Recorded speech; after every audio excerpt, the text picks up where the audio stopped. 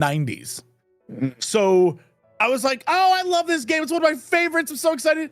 I think I was like on like Battle 4 and was like, how is anyone expected to beat this?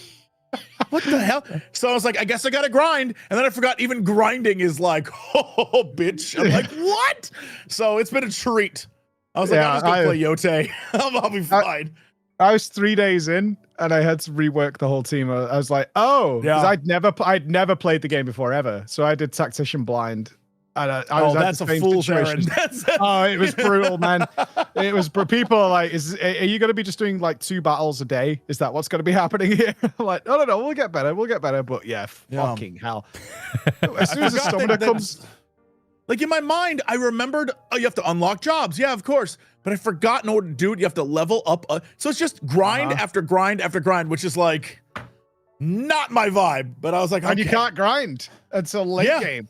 Like you can't. It just is like, oh, can I auto battle this? Nope. You will immediately die. Like there is no chance of doing that. It sucks getting to like a really dramatic fight and being like, yes, let's go. And then the game is like, this character can one-shot you. I'm like, how? What do you mean? I didn't know what summoners were. 2 of them joined. I'm like, oh, they're new. I haven't seen them before. And they hit me for 210 damage. I have 98 health. I was like, oh, okay. This is what we're doing. Yeah, that's right. Yeah, sure. Okay. And then someone messaged me saying, by the way, they buffed it since the OG because people thought the game was too easy. I'm like, oh, they also have more spells than they had in the original. I'm like, oh, okay, yeah. Okay. Oh, shit. I got to make a phone call. What's that, guys? All good. We are live now, by the way. So I don't know. We're live. Yeah, we're live. If you feel like your hot takes. I can't talk about anymore how Final Fantasy Tactics is hard. I don't want people to. That'd be super embarrassing. The wrong. That'd be so embarrassing. I mean, I got the wrong opinion. The only Final Fantasy Tactics I have played is on my phone, and that is one of the worst gaming experiences I have ever had in my life. So I fired up Tactics Ogre this weekend, and that was really confusing. Tactics Ogre rocks. It was just like Ogre Battles. Love that game. But it was like the 7th installment. What? Wait, what? I thought it was Tactic Ogre Reborn. I didn't know we were 7 deep, and then they just started going off about places and things and people and kings and That sounds right. Yeah. Yeah. Yeah. I love a good tactics game. I love the strategy, but they always make them like the first 5 hours will be you trying to climb uphill the entire time until you establish a team that is this, this, and this. And you're like, why? Why must we do this to ourselves? Why? Every time. I'll tell you, no, it's not good. A fan. When we eventually get there in our lineup of playing every Final Fantasy game, it sounds like we shouldn't bother doing it, Kyle. We should just take turns with who's managing the save. It depends. It depends like which one you're gonna play. Like there's a bunch of play the newest one. Like when we get there, we'll probably just play the newest one. Like there's a bunch of different versions of Tactics. Like the new one, for example, is supposed to be like the OG version, so it's missing some characters that came in later installments of Tactics. So like I've read a bunch of reviews because the reviews it seems like it's reviewing well, but like I want to get in the brain of people who have like played every version, and it seems like the people that have played every version think this is a bit odd because the like a lot of the reviews I read, the similarity I kept picking up on in notes from the reviewer was that if you had played every version, that the script feels like War of the Lions, but it's missing a lot of that extra content. Yeah, I mean it's literally an updated script, but the very first version of the story. Okay. Gotcha. And I mean, I went down the rabbit hole of, in my mind, I was like, okay, the order of operations is Final Fantasy Tactics, Vagrant Story, and then Final Fantasy 12. But I discovered on my deep dive that I'm vaguely aware of Vagrant Story's existence. I did not. Vagrant Story might be one of my favorite games ever. It just is it's unplayable. Like it's just I cannot stress this enough. It's from that time period where they're like, hey man, let's try some weird controls. And so the attack and jump button are the same button. Like that kind of stuff. And you're like, why? Dude, I don't know. But story-wise, gameplay-wise, it's like if they just remade the UI, they don't need to change anything. It looks awesome to this day. It's like hyper stylized. So like that could be fun. But I was like going down the rabbit hole and I was like, wait a minute. And I actually discovered the order, which is even crazier because according to the lore, Final Fantasy 12 comes first with all the airships and shit. Okay. Then a cataclysm occurs, and then it's Tactics and Vagrant Stories last. I can't follow this Tactics story. There's like there's more houses in it than Game of Thrones, and they keep using the most ridiculous names, like they fell on their keyboard. It's like Ballbag is the Duke of Lessington, and Sphene is now backstabbing Deleter. Ballbag and Dice Dark. Shout out to Dice Dark, my boy Dice Dark. And then there's Larg that goes with that, and you're like, Jesus Christ. Larg Beowulf, you know. Yep. Oh, that's a good name actually. That has a ring to it. Larg and Dice Dark and Ballbag. It's just ridiculous. I'm like, they're talking for ages, and they talk in combat, which makes it so much worse. Is you'll start a really hard fight, and they're like, you know what? We need like 20 minutes of dialogue. Did you do the fight against the sister? Did you like I'm on chapter 3. I just did a big boss. Then you definitely did, because it's like one of the it's like one of the first fights. Where you fight like the one outlaw guy's sister, and the entire like you're battling her. She's with them. Yeah, Medellin, something like that. Whatever her name is. Yes. Yeah. And you're trying to fight her, and every time you attack her, you do damage, and another 5-minute dialogue scene starts. Yeah. And then you do damage to her again, and another 5. I'm like, they really you know the best example that I think anyone watching, and these two fine gents can understand. Oh, we live. No, oh yes, we're live. Yeah. Oh, okay. Remember when you did the Final Fantasy Tactics raids, and it was a lot of talking? Yes. And I don't remember of dialogue. That's the worst part. I'm like, I was hoping for familiarity going through this game. It's like, oh, that's that. And I don't remember any of it. I'm like, I don't remember any of these people being in the. I have to go back and do the raid after I play this to be like, they're all like Egg Race is there, and like they're all there, but there's no real story involving them. They're just like, I'm a boss, and then at the end, I'm here to help you. And you're like, oh, okay. That's probably the best summary, because I'm so lost whenever someone shows up, and then they're back. They're like double agents at this point in the story. I'm like, wait. For who exactly? And they're like, well, I'm the Duke, and I've got the Aura Sight now. And you're like, okay, great. Yeah. I suppose. And they all want mentioned. it. Yeah, we're big Aura Sight boys. It's a Aura fun as Sight fuck mentioned. game, though. I am so engaged, because everyone was telling me to turn it down. This is ridiculous. You shouldn't play Tactician blind. Like, I had a lot of that. Like, you're just wasting your time. But that's drive makes me so stubborn. I was like, no, we'll wipe 15 times here. And This is why I like win. you. Yeah.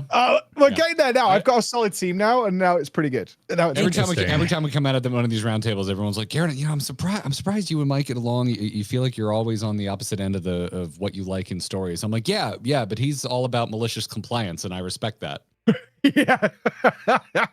Yeah. Otherwise, I'm a bitch. I don't know. I can't be played like that. If I turn that difficulty down, it's GG's. But it's a bit like an RPG. If you put RPGs to the hardest, the first 10 hours are horrible, and then you sort of equalize, and your team gets its skills and its armor, and then it's like, oh, okay, now we can start actually countering things. And it's like, I did more story in the last 6 hours than I did in 2 days. We've been trying our damnedest to have any sort of estimation how long it'll take us to get through like any part of Expedition 33. And like last week, we finally, after having a 9:00 p.m. freaking dinner, because it took us way longer to get to the end of Act 2 than we thought it was going to, which was like, oh yeah, we're playing on Expert. So all the advice we've been getting is useless, because like, oh, you should as well. Expert. Anyone has been giving us ballparks, No, it's a mad satisfying If that's game. the case, if you're playing on Expert, pro tip, mega advice. Now that you're in Act 3, yes, you made it. Yes, we just made it there. Yeah. Oh, Say Now no that you're in more. Act 3, here's pro tip. If a character's like, hey, I have a quest for you, do that. Okay. Don't feel the need to do anything else. Just push to the end and beat the game. Yep. do I you're gonna check out try the and end, Jesse, on this? Because The side content, y'all ain't ready for that shit. me and Jesse got harassed so hard. I remember talking to you. I was like, how are you up to? And it's like, dude, everyone's giving me so much shit about enjoying the game. And I'm like, fuck those guys. You do what you want to do. Yeah. Yeah. This is, yeah. What were you doing? What? You were. It is maximum. I mean, getting it's backseated. an RPG, right? So there's a lot of like, what's that over there? What's that work? And 90% of the time it leads you to like, I am Gorgamoth, the Slayer. And he just like swats you from existence. And Yeah, the harder you play, the more ridiculous that shit is, and you're like, so. For the sake of your sanity, did you do the parry? Oh, I guess you could dodge too, but did you do the avoidance only giant head? Boss? Yeah, and I didn't know what it was. I mistook that and thought you had to parry. So I'm a parry master in that game now. So our chat is evil because they told us to skip it until we did one day where we're like, today's a parry only stream, chat, and then everyone was like, you got to go do the head. And I got 142 out of 150 possible parries on that encounter. And I was very proud. I must stress to you, I was going to write a firm letter to the entire dev team. Like, how dare you? I was so mad. Did you have you done any of the beaches? I did some of them. We got through the first. Kyle got through the first one very quickly. I don't like the jumping puzzles in this game. The volleyball can go die in a fire. I hate that.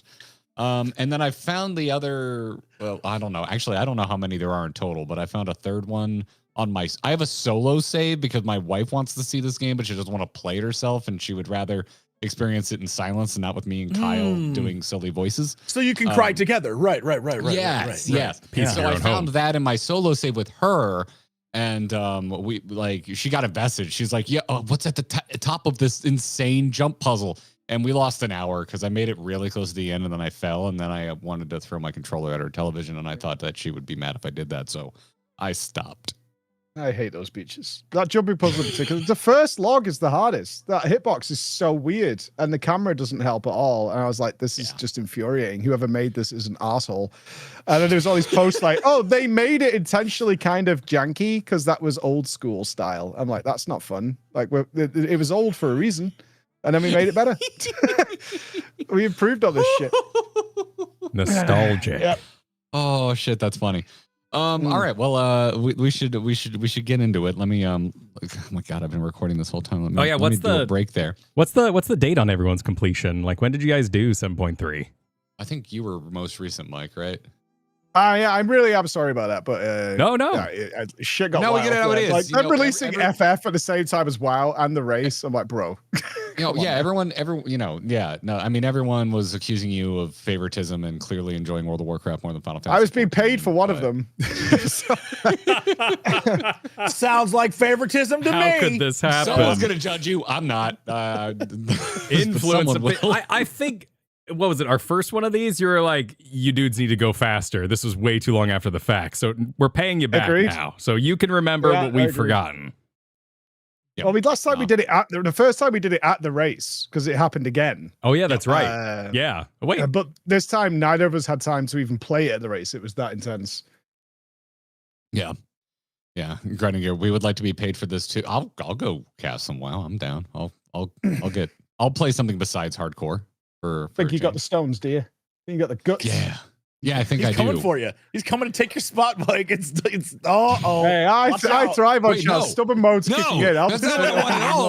I want to sit across the couch from you and yeah. You want to get your feet in the beans, don't you? I know what you want. You want your feet. I want weird screenshots of me eating cake. That's what I want. Yeah, you want. I want to get in on that. Beans. Feet and beans. That wasn't this race. That was the last race, but it was disgusting. Bean feet. Oh yeah. Well, I mean, welcome. $60,000. It's worth it, dude. For the beans. Well, let me hit you with an official welcome back, gentlemen. Hi, this is Garrett. Kyle is here as always. Hello. We're here with Preach and Jesse Cox. And if this is your first time listening to one of these, we're probably going to call Preach Mike a lot. His name is Mike. If you're confused as to who we're addressing, that's who it is. We've done this a few times since we selfishly took all the time in the world to get through the Final Fantasy XIV MSQ. And then we liked getting together and talking about the story like a bunch of total nerds. And if you missed our announcement last week, Okaymage couldn't make it for this one and implored us to just go on without or save specifically ourselves. Said, I hate you guys. It's true. It was huge fallout. That could potentially so be an interpretation. I question as to how, but you live in your reality, Jesse. I can confirm she's just messaged me. I miss you all. I wish she was there. Hopefully, he'll be back soon. Oh, there you go. Hell yeah. Oh, Let's my freaking message go. says y'all suck. In all caps. She Yeah. means it. Rough. No Wow, spaces. Jeez, just yelling y'all it at suck. you. One word. Yeah. Absolutely yelling it at you.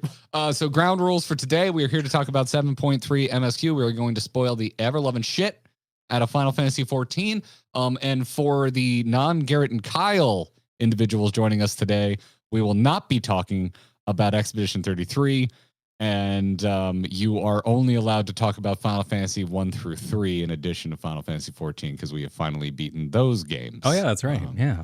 I'm sure you're dying to talk to us about the extremely serious and heart-wrenching narrative that is Final Fantasy 3. I was attached to those airships, man. That was messed up.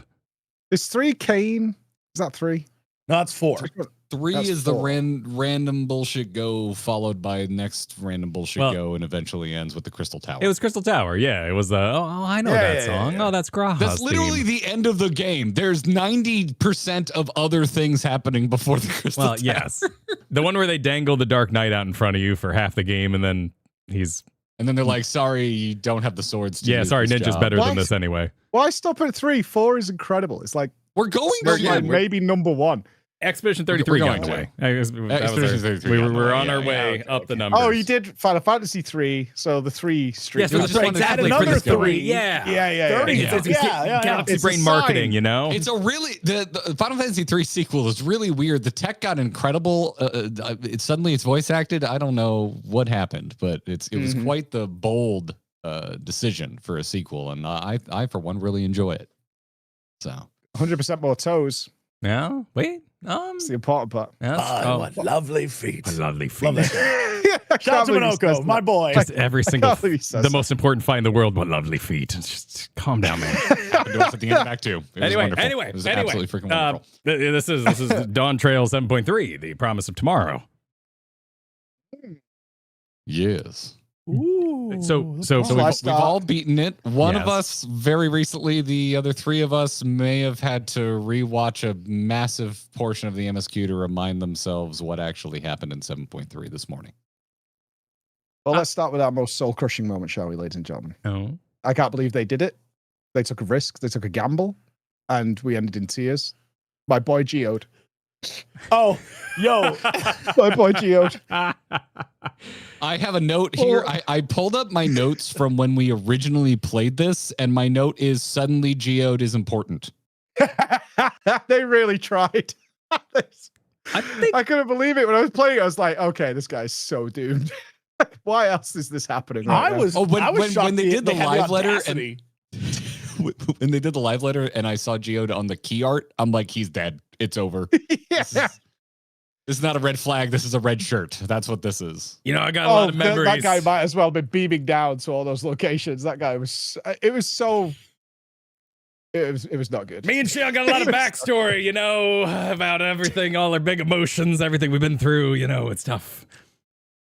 It's not cool when while playing your entire chat keeps calling him Geodude, and then when he dusts, everyone was like, "Oh no, Geodude!" And so I read all the characters, and I was like, "Poor Geodude." I was like, "No, you." So that's They got in your man's head. dust on the ground, and I'm like, "Poor Geodude." He didn't even have the respect of a full name. He was just a Pokemon. I feel bad. So, I feel bad for the man. Dinner was hard to take seriously. When they all had that little like get together, and they're like, "Let's talk about our memories of Geode." Like, what are we One day doing? before retirement. Oh, poor Geode. He gave everything. No.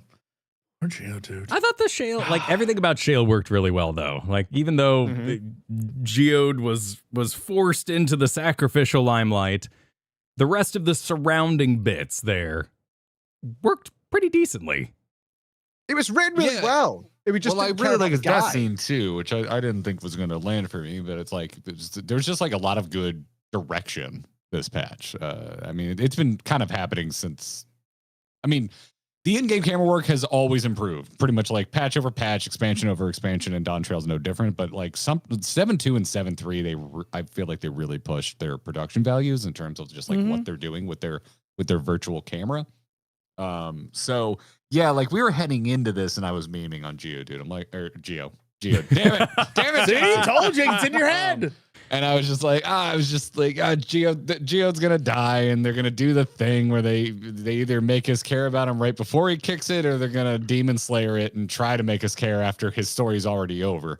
And they kind of did both. But I thought it was pretty solid. I was surprised like how entertained I was by it all. Like I was kind of going in pre-grumpy for the Geo death, and when I actually experienced it, I was like, they did a pretty damn good job. The scene was very cool. The like actual scene in which he died was really well done. That was neat. Good horror vibes for sure. Yeah, if it was any other character that we knew before that could have been very dramatic. But it was Geo. You know, like, all right, background guy, sorry we sacrificed you. It was a cool scene though. You went out like a boss. Like, all right. I had a few minor nitpicks. The menacing lease walk just doesn't do it for me. Like the hips forward, one in front of the other, slow walk that we all do when we're approaching the zenith of any sort of objective. It's the lease walk. What? It happens. What do you mean? It happens a lot. You prefer it to clenched fist? You know, clench fit. Like if you stare at it first, you know that's double score, and then you close it. You know that now you're really like doubling down on it. Are you talking about the sentries? I'm talking about the sentries bothered me in the fact that because they were so humanoid for this whole time, I just thought there was going to be more. Like I thought there was a person in there being mind controlled, that they needed a body. It literally could have been any robot. There was no reason for these robots to ever look like people. Outside of, I guess we got the armor set so we could dress up as them later. Sphene had to like take them over, so it'd be weird if they look like dogs and Sphene was like on all fours, like, hey, whoa, Jesse. All right, not for people Breach. getting wild. Goes into that. People getting wild. It's not weird for Breach. That's Mike loves the idea, but with those armpits, come on, bro. Yeah, if it was any other shape, Sphene would have looked weird, is what I'm saying. So they had to be humanoid. Yeah, it was important for 7.0's story when Sphene was just like sentry hopping, but I guess it wasn't as important for 7.3. But it's like they were pre-existing from the story up to this point. So like, why? I have no idea why any of it was. If I lived in that city and multiple times robot guards had attacked and killed people, I'd be like, why are they still in the street? What are we doing? It was my biggest pet peeve. I was like, why are they just not shutting them down or locking them in a locker room or something like that? Like they were like, oh, the city will shut down. I'm like, I will risk the coffee machine breaking if it means this robot isn't going to turn around and shoot me in the face. Like, get your own delivery. Like, go pick up your own mail. Like, what are we doing? A little bit. Here? Yeah, if they're down in mechanical or whatever, okay. Like, but let's close the door and lock that door and put some guards there. It's going to be them just walking around. I was not down with. Is it because the crowd tech maybe just isn't there yet? Like, you know, maybe if the game had shown us that it was like an extremely populated city, maybe it would have landed a little better when they. Oh, you think they need it for activity just while moving around? That the city is just legitimately too large to shut down an important. Too big to fail. Right. Yeah. No, sure. I took the line. There was a line in there. I think it was Baby King said it along the lines of, you know, infrastructure. Like without them, everything falls apart.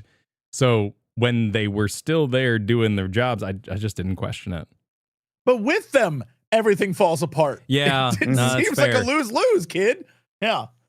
At least out of residential areas, you know, things like that, I would have liked to have seen as those story points. Like when we're keeping the sentries outside of like the apartment complexes, like they're not going near there anymore. They're located over here for, you know, critical infrastructure that we can't do because we're all idiots and we've just let robots do it for 1,000 years, like the Matrix. So they're all doing that over there. But they don't need to be sweeping the floor. We can manage a broom.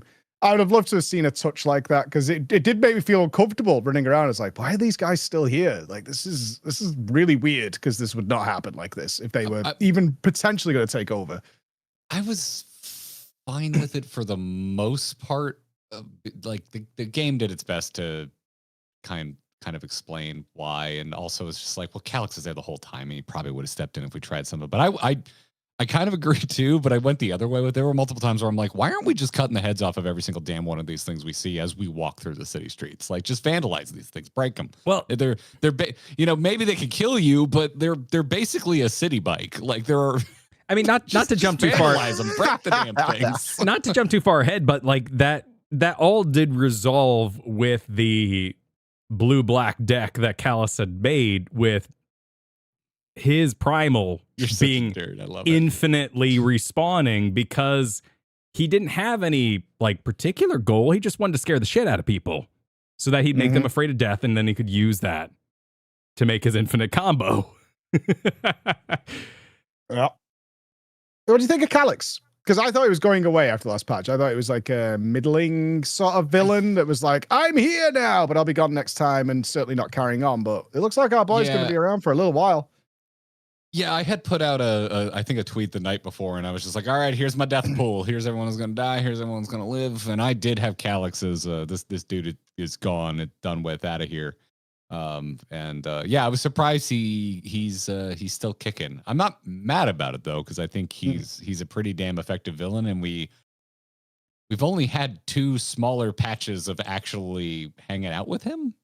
Like he was 0.2, 0.3, that's it. Well, they keep referencing how young he was, and he was a child prodigy and anything, but now we know he was influenced by outside things. I wonder if he's been actually under somebody's control for a really long time. I think that might be an interesting story development there. It's like he was a child genius, but then this influence started coming in on him for a long time. And while we've caught up to where he is now, there's a lot more room for growth now. He felt a bit like one-dimensional at first, but now after a bit more fleshing out, it's like, okay, there could be some real layers to this guy, especially because we've got the meanwhile and who he's reporting to, I guess we could say. So at first I was definitely like, oh, this is a throwaway character, a bit like Asahi. He's like, he's here and then he's gone.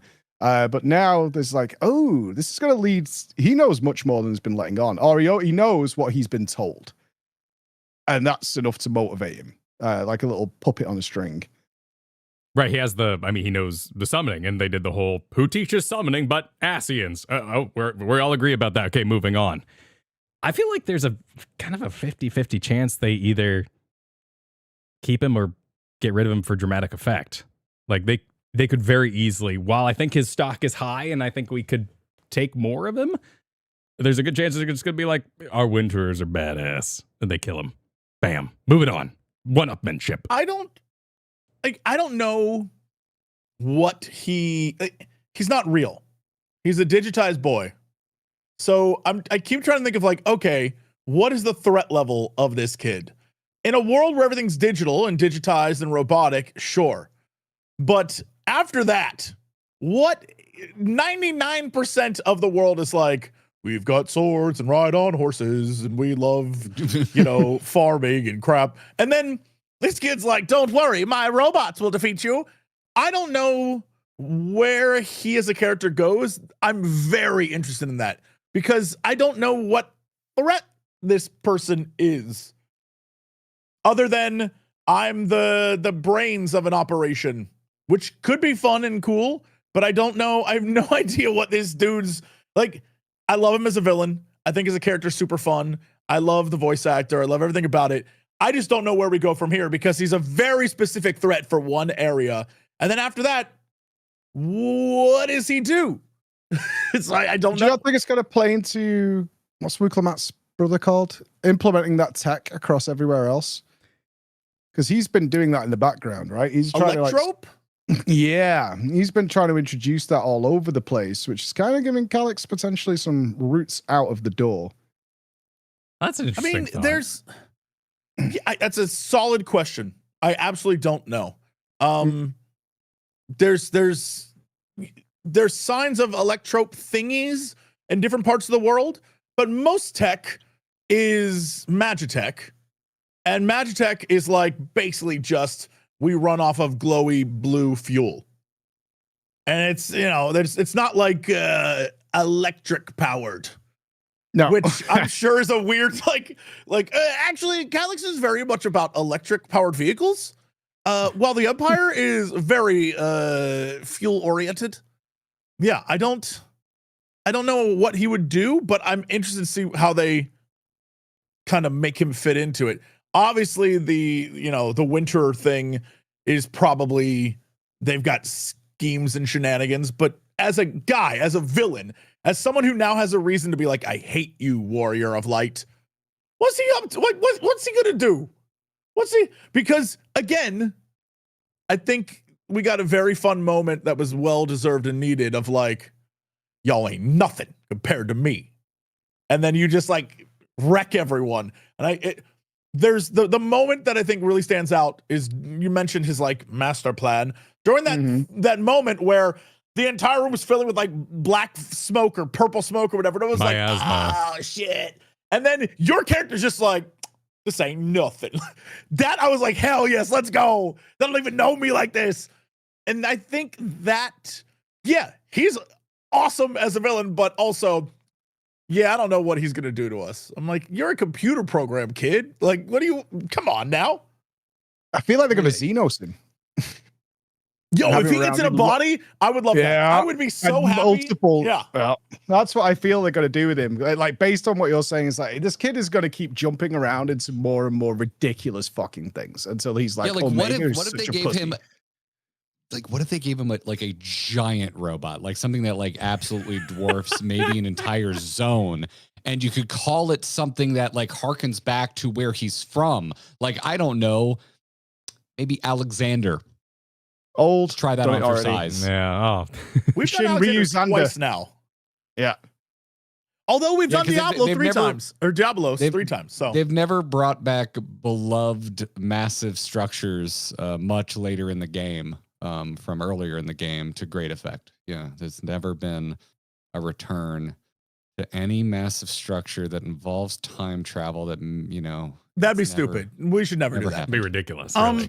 Do you think the fun of not introducing his compatriot is because it doesn't matter who that person is? Because this Calyx is just going to be like, I've somehow taken over his body.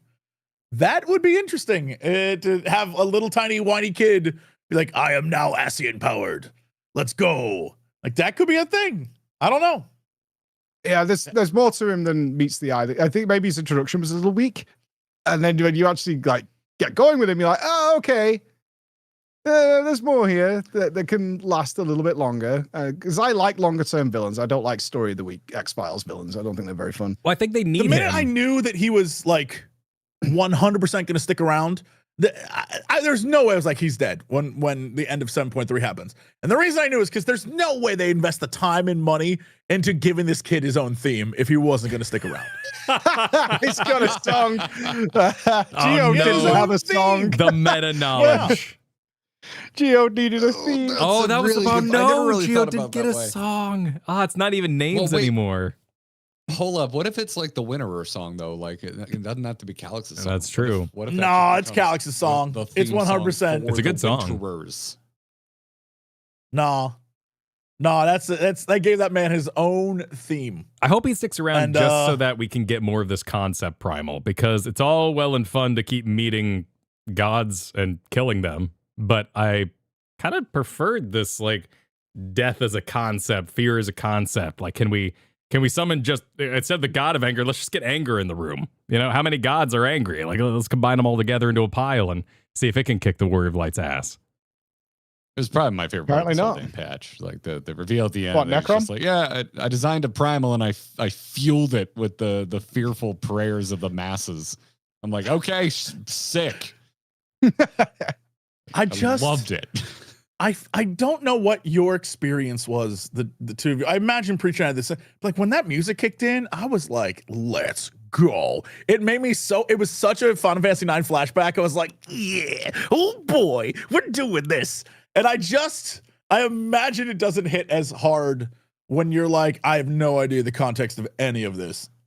I think it hit harder because they actually wrote it into the story they were telling as opposed to just being like member That's true. Yeah. Like, That's which is how I'm with you guys. I discovered a lot of. I played the single players like you guys are doing afterwards, and so I just had the same effects but in reverse. That's all. So it's not like in 4-2, it's like, oh, it's Alexander. Like when I saw Alexander for the first time, I was like, why is this big brown robot just chilling? Because I walked through the zone and saw it like you do inside the bubble. I was like, what the hell is that? And then you go back and you're like, wait, this is called Alexandria. Oh, I know what this place is. I know what's going to happen. And you do have that same experience, but swapped around. It's just that it's going to happen for you later. And it's equally as good. It is equally as good, especially because you're like, oh, we're going to the moon. I know because in the pre-show, y'all were talking about tactics, and we got on like this evolution little mini discussion, and like because I don't really like the Evilise raid in Final Fantasy 14. That to me is something where I don't feel they did a particularly great job tying it into the actual like world and lore of 14, and instead it felt like a bunch of, to me, member berries. So I felt really kind of just checked out, and they didn't I don't think they succeeded in giving me a reason to care as someone who is playing 14 for 14's sake and not. Do you feel that same way about the current Allied raid, just while you're in the middle of it? Well, current Alliance, because that's how I feel about the FF11 stuff. I'm like, I really like the first wing. Matters. I don't know. I really liked the first wing, and I thought they were doing a pretty good job tying it in with everything, and even bringing in Electrope. And then the second wing, it just felt like they hit the pause button. They like did not move the story needle even an inch forward. It was just like, hey, everything you know about this from the first wing, it's still relevant, and there's no interesting new details. Yeah, that's how I felt. It's like, for FF11 fans, they're like, oh my God, it's that guy. I'm like, that is that guy. I appreciated them willing to burn so much, because like even when you're just walking to the first boss, you do what, like 3 zones? Like I felt like I was in someone else's church. It was a beautiful, oh my God, this is beautiful. Wow, this must mean a lot to someone else. Jesse, you look like you're in physical pain. I think he might have frozen. No, he didn't. How dare Holy you shit. talk down about my boy? I thought he actually my froze. boy Jar Jafar in his newest raid. Jafar. How dare you? That's the best character they've created in 10 years. I don't care what anyone says. I love my evil villain, Lizard Man. He's great. He's great. How dare you? Oh, menacing man. Oh, I threatened. I love Jar Jafar rocks. He was so much cooler than Zeralsha. Like, so much cooler, so much more interesting. This is all I have, okay? Just because the raid is like pure member berries, it's all I have of him. So don't take this from me. Look at this. He was so much cooler than everyone else in the game. Look at this beautiful collage I made of all his fabulous facial expressions. I love him. He's the best. He is so much fun. This is the next Freddy Krueger. He terrorizes your dreams every step of the way. Oh, he's great. Yeah, I'm glad he's to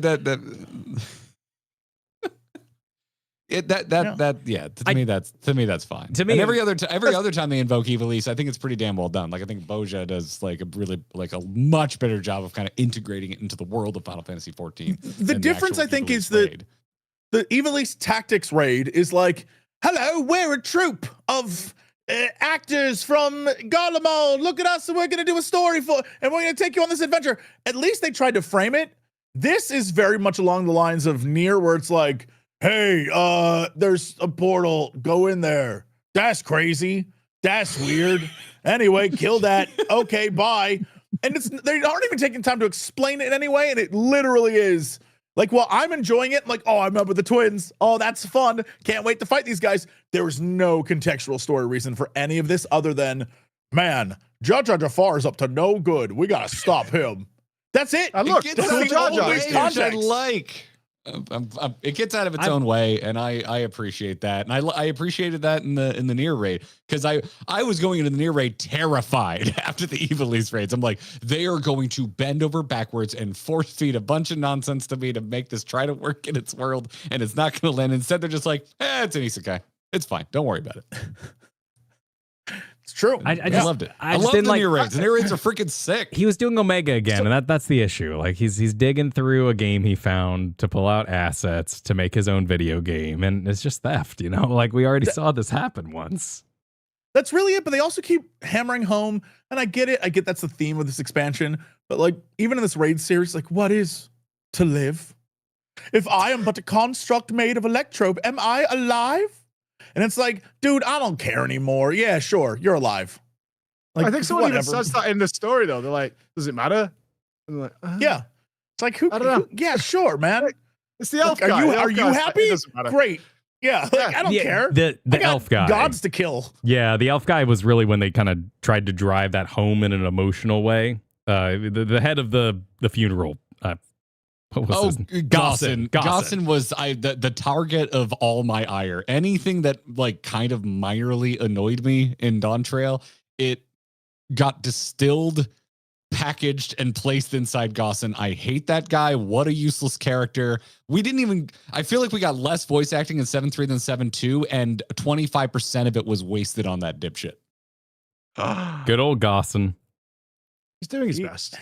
He's the voice of the people. Yes, he represents the population. Yeah, until that other group of people that for some reason look like the Bizarro version of the Scions show up and are like, we also represent the people, and each have exactly one line of dialogue. I like them. No, they were too cheesy. those They were way guys. too cheesy. I couldn't handle them. It was too much. Maybe I can frame this. Maybe I can win right now with you, Kyle. Hold on. Okay. On. All right. And Jesse and Mike, feel free to weigh in. I don't know how much you remember this, but Kyle and I absolutely like open-faced laughed at a scene in Heaven's Ward where Ysayle is addressing her cultists and telling them, "Hey, we're not gonna fight the Ishgardians anymore. Let's lay down our arms and leave." And it's like this big rousing speech, and you cut to like 3 dudes. There's like no one there.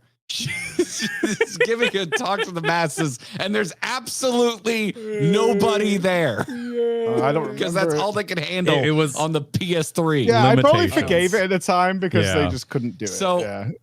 Listen, I got through all of Final Fantasy 14 and caught up in about 3 years. Is it that fresh in my memory? No, but it's fresh enough because it made me so mad that when there's like at least like 36 people on screen and they look pretty different and they threw a couple different voices in, I go, man, how far this game has come. And I'm left with a positive thought, and it's good enough for me. Did you guys play the old WWE games? Like, I'm talking N64 How old era. are we? I played it so old that it was still WWF. I think on the Jesse knows where I'm N64. going with this because they couldn't render the crowds, so they would have these like dancing JPEGs just repeat, Yep. like to give the idea of an audience. I'm just wondering if they considered that during that era. They were like, "There is a way we can make a crowd." You're not. They gonna literally are doing it during the raid series. Yeah, the raid series has some cute Yes. stuff in there. The background are all Yeah. like little like. They're pretty It's well cute, done. though. Dad. Like it It's looks cute. way better than the N64 crowds. Like we've come a But long it's the way same from vibe. Cruising In World. fact, hilariously, the game we were just talking about is the theme of the raid series, and so it fits perfectly. It's actually very charming in there. See, I've got a lot to reflect on. Yeah, I have a lot to reflect on to discover all these things again. But yeah, I definitely didn't notice that. I tell you what bothered me. Not bothered me. I actually thought was the best part of the story, and I was really interested in your guys' opinion because I got a totally mixed response from my audience and from my team. Okay.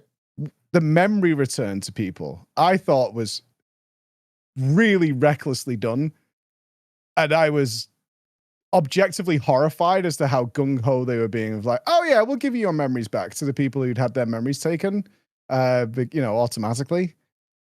I was like, wait a minute, this could just psychologically ruin the entire world here. Oh, the entire Solution 9 population. If you found out that not only you'd lived a life with a wife and she died horribly, or you did something that caused an accident that killed your child, or whatever it might be, because even though they could be resurrected, some of them couldn't afford it. Some people definitely did die at some point. I was like, we should maybe just slow our roll a bit before we just turn this thing on and give everybody their memories back. Didn't they say you had to want it? So some people were like, no, I'm good. Like, I think one of the yeah, but you one of wouldn't the know what you're group getting of, back. Oh, that's part of the gamble, right? like one of the group of Bizarro Land Scions was like, no, I'm quite good. I don't need my memories. And I was like, yeah, all right, I get that. I'd be like, I'm starting over fresh. But yeah, no, I think you're right that the idea of memories flooding back, no matter what, would be traumatic. Even if you were like, yes, I would like to know. Yeah, they're gonna need a lot of robotherapists, but we killed them all, so. Yeah, I don't know whether it was just the way they were like, we're just doing this for everybody, just point blank, just shotgun blasting everybody back in with memories, which could be, some of them are really nice. I had a lovely family. They sadly passed away or whatever. Right? Okay, I got all this lovely memory back. But I don't think that's going to be the case for everybody at all. And we were just all very gung-ho about it. I was like, whoa, maybe we should do this like a little bit at a time, see what's going on before we just like completely traumatize everybody to the point they're dribbling messes on the floor. Because there's some horrible You're gonna run like a going on. clinical trial, just like, okay, we're taking. You're goddamn right, dude. Yes, 100%. I know you all want it. I know you're volunteering it. I get it. But we don't know what's in this Pandora's box we're about to open up right now. I mean, they it really like, bothered me. They did go through the process of at least giving us that scene, which was like, oh, people are getting hit with their memories, and some of them are like getting messed up by it, and some people are coming to terms with the past. Like, they did give us the scene, but I think, yeah, in general, the idea of like, I am not aware of all these things that were in my life, and now I remember. That would certainly be some sort of trauma. I don't know how on what level, but he would definitely be like, damn, instead of, like, well, all right, back to work. You would need some time to that's not going to happen at all. Like, there ain't no way you're like, huh, okay. I would have loved it. Loved it. If there's like people crying and like everyone's like, my mind. And there's one guy who goes, huh. that tracks. That tracks. Yeah, that's messed up. Oh, all right. So I really did play video games that whole time. Oh, well, okay. You're spoils the movie you're just watching. That's the memory you get back. I've seen this before. Oh my god. This is just this is just the decision you have to make if you want to engage in therapy or not. That's all this question is. It's just like, do I want to unpack this? Yeah. Do I want to go digging through my memories? It's good for some people, and it's probably a terrible idea for others. Oh my god. All right. This is good for anybody. I need the community for this game. You're big enough that this can happen. Over on the Reddit, someone clip what I'm about to say, post it there, do whatever. We need the scene in the game where they give everyone back their memories, but then we need a Lalafell. I don't know how you make machinima these days, but we need a Lalafell. But with Frank Reynolds' voice, he's like, you unzip me. Oh, it's all coming back. You unzip me. Oh, yeah, we need that scene. It's the frog boy. Oh, no. Yeah, the frog boy. We need that. Please. I would love that to happen.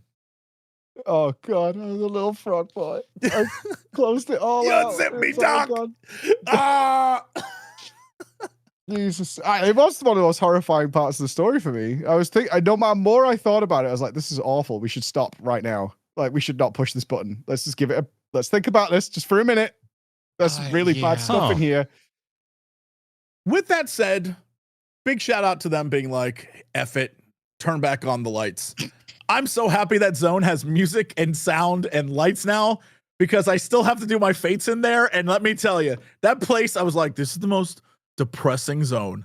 It is like, I was like, no, I don't want to be here. This is stupid. I hate this place. And now I'm like, look at that. That's a Ferris wheel. No one's on it, and that's a little creepy, but that's fun. Just like, did you ever think they wouldn't turn it on after they made such a beautiful Stark zone and then they turn it off in the main story? Honestly, I thought they were like, we're going to be audacious and we're just not going to turn it back on ever. And I was like, it's ballsy. It's ballsy, but yeah, I'm fine with it coming back on. I always suspected they would. I was waiting for it. Yeah. I think it had like some way too much effort to not do it. Actually, let me ask we were all late coming to Final Fantasy 14, right? Like, none of us. Did we all start playing post Shadowbringers? Is that a? I played. Yeah, technically, yeah. I started 5.2. Okay. It's 2020. I want to know if you're excited too. I finally have my first back in my day that I get to tell players that come after me. Like, I finally have my first, like, you don't understand. If you weren't a total casual and hadn't started playing after Dawntrail, there was like this 9-month period where that final zone looked like absolute dog shit as you went and did your hunts. But now they turned it back on. I'm cooler than you. Like, I'm just so excited I get to be one of those commenters now. Yeah, we spent a year with this turned off. Yeah, that's an incredibly interesting point, that for a player now to go through it, yeah, it's only as long as it takes you to get from 0.0 to 0.3. Like it could be a long weekend and you could get it done. So that's, yeah, it completely changes the vibe of everything because now you're just like, flick, it's back on. Yeah, because we hear that all the time from better. folks that were there for like any of the stuff that got built up over time, like an Idleshire or something like that. They were like, yeah, this is really cool in its time. And I remember like as a WoW player feeling that way about like Isle of Qualdanos and shit back in the day. Sure. Oh, you just turned up and it was all just open? Did Yeah. you? Yeah, okay. Yeah, I did mean, suffer through a little bit.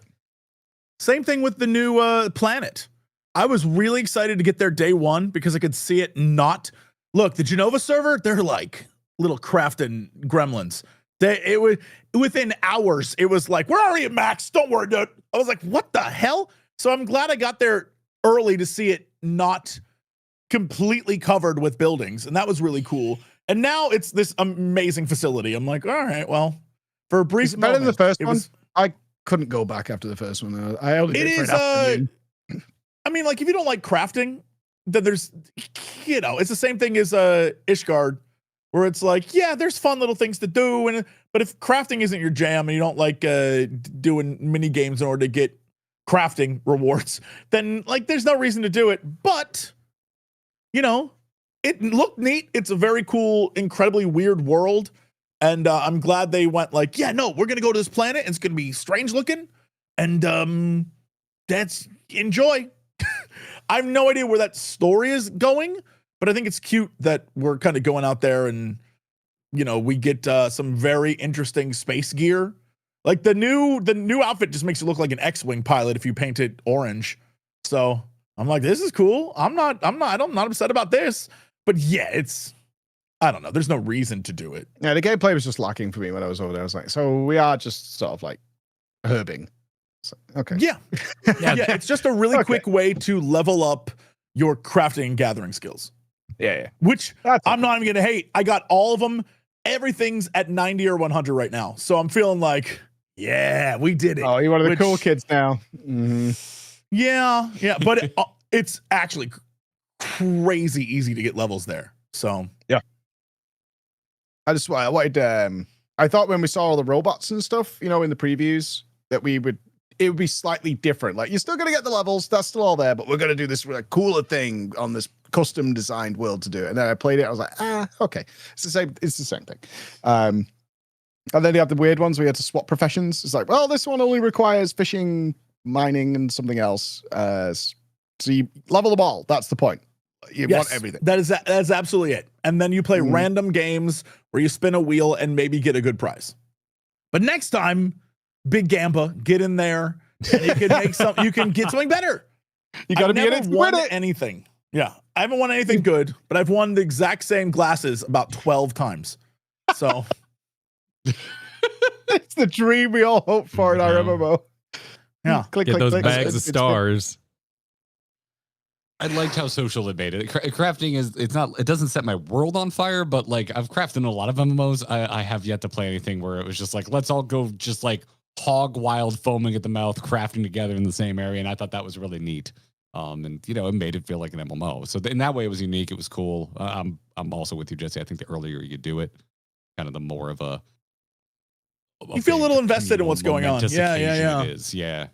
If you show up late, everything's built already. It's kind of like, well, all that I can do is craft for myself. When before you were crafting as like a team to build up the facilities and do all that. And yeah, the only difference is that when Ishgard and all that was happening, it was kind of like we're crafting to build a zone where we can live, which is very cool. Awesome concept. And I understand why that was a thing people loved. This is kind of like we're crafting a zone so that bunnies can terraform planets. It's like, okay, cool. I mean, same problem that Occult Crescent had. If you didn't get in there in the first 2 days, really, it was kind of all figured out and people were running out in front of you. I guess they were done running at that point. Yeah. If you were late to that party, you needed to immediately get as many points, whatever the hell they were, as possible in order to get a riding map. Otherwise, you would always be late to the show. Yeah. And I was like, yeah. But I did it. Wow. I did it. I did it. By the time I got my writing map, I was kind of burnt out and stopped doing that area entirely. It's like, oh, yeah, I got my writing map, but now I'm just kind of. You didn't feel the amazing draw of collecting demi-atma and then spending a whole weekend farming it and then finally getting your weapon only for them to make another quest that was equally as insane farming? And you said to yourself, I don't understand why we thought we needed this. I was fine just having Manderville weapons. And they were like, no, everyone else but you hated that, Jesse. So now you must suffer. And now I must suffer. Oh, I see. This seems kind of personal. It's very personal. I loved how easy the other weapons were to get. I loved that. I was like, this is so easy. All I gotta do is play a goofy story and I get weapons? Great. And now it's like, bitch. I'm like, all right, cool. Grind, bro. I hate the grind. I've always hated the grind. And I'm not a grinder. I want the power fantasy. I want to one-shot guys and watch them fly across the screen. I want to be Sauron. Yeah. I want my ring to power my big hammer, and I knock like 50 elves. You think he didn't grind for all that cruelty and malice? That took time. You're right. No, I saw Rings of Power. It didn't take that long. Wow. Yeah, he showed up and he like smoldered a little bit. Was like, hey there. What up, Galadriel? You looking good, well, we girl. wouldn't have. And she was like, oh, yeah, I know. We wouldn't have known that if they hadn't put giant text on screen that told us it was Mordor. Good point. Right. I mean, the Cult Crescent, the biggest disappointment there was we showed up and they went, I'm a mysterious man who's tiny, full of mysteries. Boy, this land sure has a lot of mysteries. And left it at that. Like, there's a story in that. Yeah, that's the story. Is there's mysteries in there. The mystery of the war that we've talked about a lot, particularly if you play like, I don't know, a Scholar Quest. Fair enough. Having no Scholar custom dialogue like instantly turned me on that entire zone. I was like, wait, what? No, I know all the shit about these fairies. Why are you treating me? But they wouldn't know you. But they, maybe you could be like, wow, a fairy. Just like the one I found in this other. But they'd be like, what are you talking about? Blank you completely. They usually give you a line like that when you're choosing dialogue. They usually give you something that kind of like, winks and nods back to shit you've done in the past. They took my Sphene away. Oh, fuck those guys. Yeah. Making me play with EOS. So type in a stupid command to change my fairy. I hate it. So your official Preach's official review of Occult Crescents is fuck those guys. Well, they're just disrespecting Sphene, and Sphene is the master fairy. That's the only fairy I want because it matches my outfit. So, fair. Oh, yeah. And the most important thing.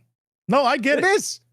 I hated it when they took Sphene away. It's just a choice. I was like, why? And then they're like, oh, well, if you type in this janky ass command, you can get it. I'm like, dude, no, just leave it alone. Now I've got a stupid blue one.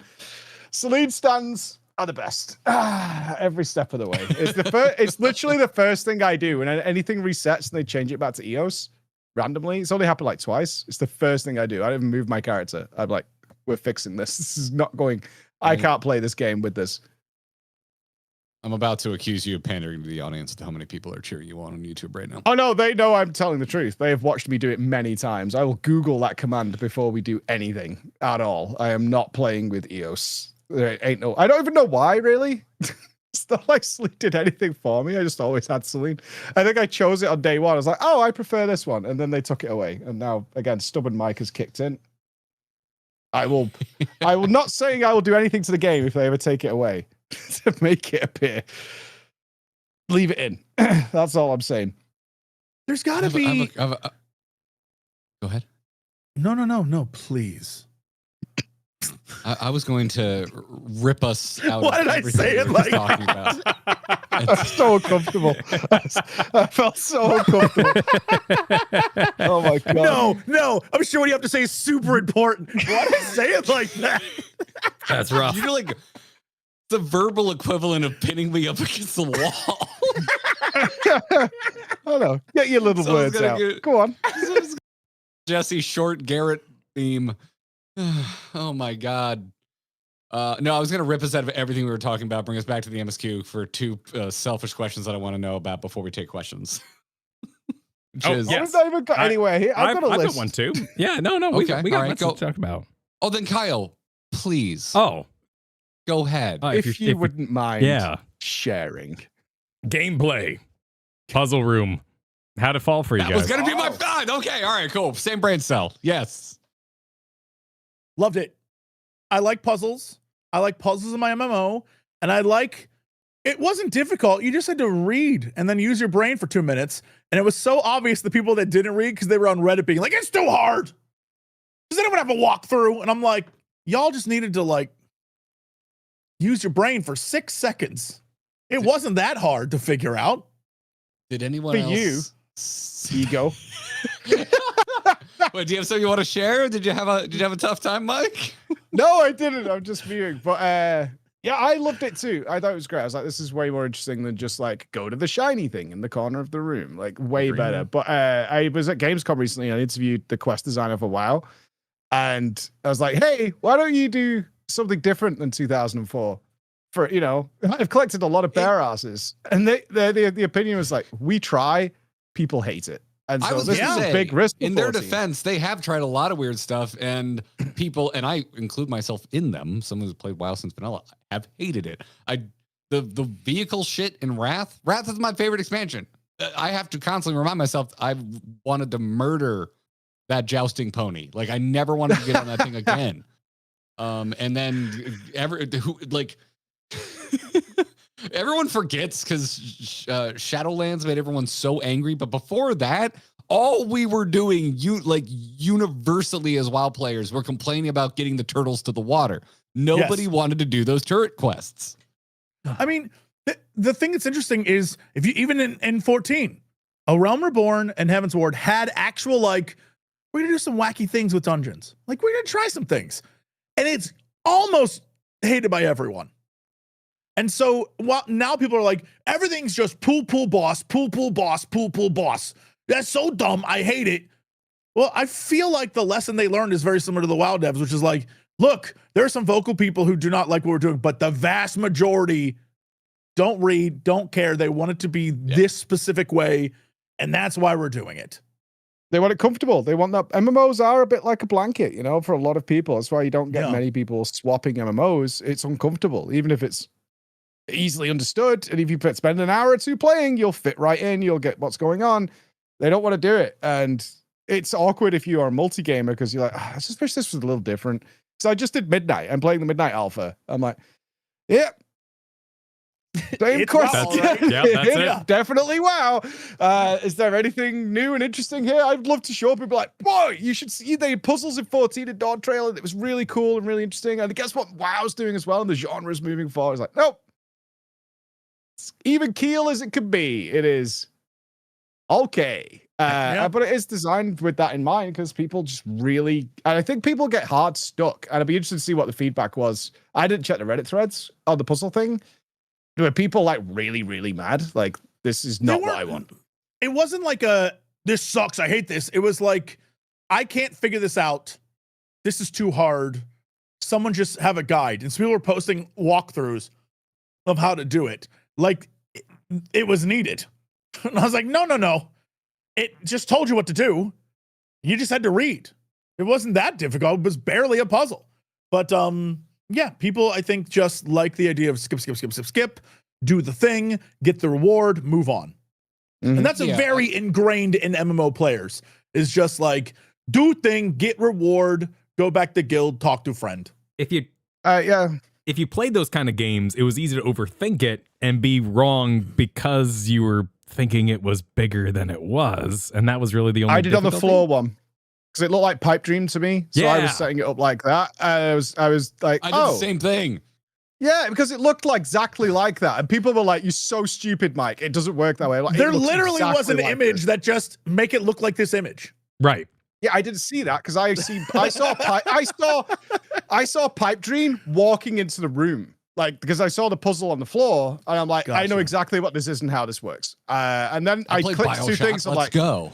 Right. And I was like, oh, this isn't working this way. Then I turned the camera and I was like, oh. Well, I think that one's particularly villainous because that kind of puzzle is so much fun. You wanted it to be the more enjoyable line up the pipes puzzle that it could have been. To go Exactly. Like, Flow from the top and down to the bottom. Yeah.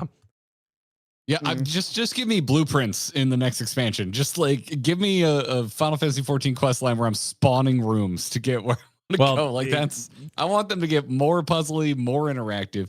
But it's hard, right? Because the MSQ has to be done by everybody. That's the problem. Yes. It has to be done by everybody. Why I think this works more than all the examples of things that didn't work in WoW that I just fired off is like, listen, nothing is going to please everybody, but I think this is more in the wheelhouse to please at least a larger portion of the player base if you're going to change how you interact with questing in Final Fantasy 14, because there's a massive amount of people that play this game that are playing it for the narrative experience. And this is very this is gameplay mixed into the narrative that goes just beyond just talk to X and read their dialogue box unless it's a voice cutscene. And so that's why yes, some players had an issue with it, but I also saw a ton of people talking about how much they liked it and how much this stood out as something very memorable and a step in a new and delightful direction, because a massive discussion that's been coming out of, I think, 14 as a whole since Dawntrail is just an overall complaint about it being formulaic, be it the dungeon designs, like you mentioned, be it the quest design, which is, I think, a challenge every MMO deals with.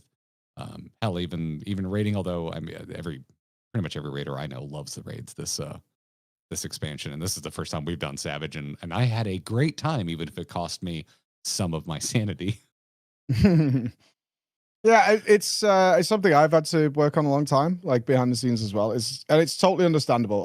The solution you might say is oh, just put it in the side quest areas then, so it's optional stuff. But nobody does them. The amount of people who engage with that kind of content is not zero, but it's close. Very few people go and do every single quest. That most people just get their XP, complete the MSQ, and then they go and do the thing they like.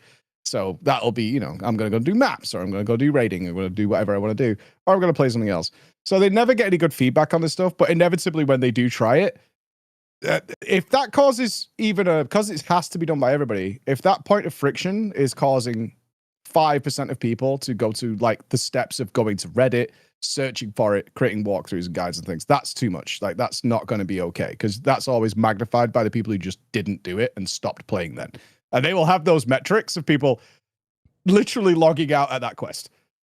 This is stupid. I'm not going to do what is going on here, and just logging out. They will have the metrics of people hitting that wall, and then they'll never tell us. But I'd be really curious to see what it is, where people are just I couldn't figure this out. I'd rather just go play Path of Exile or whatever. I could just log over and go blow up demons. Done.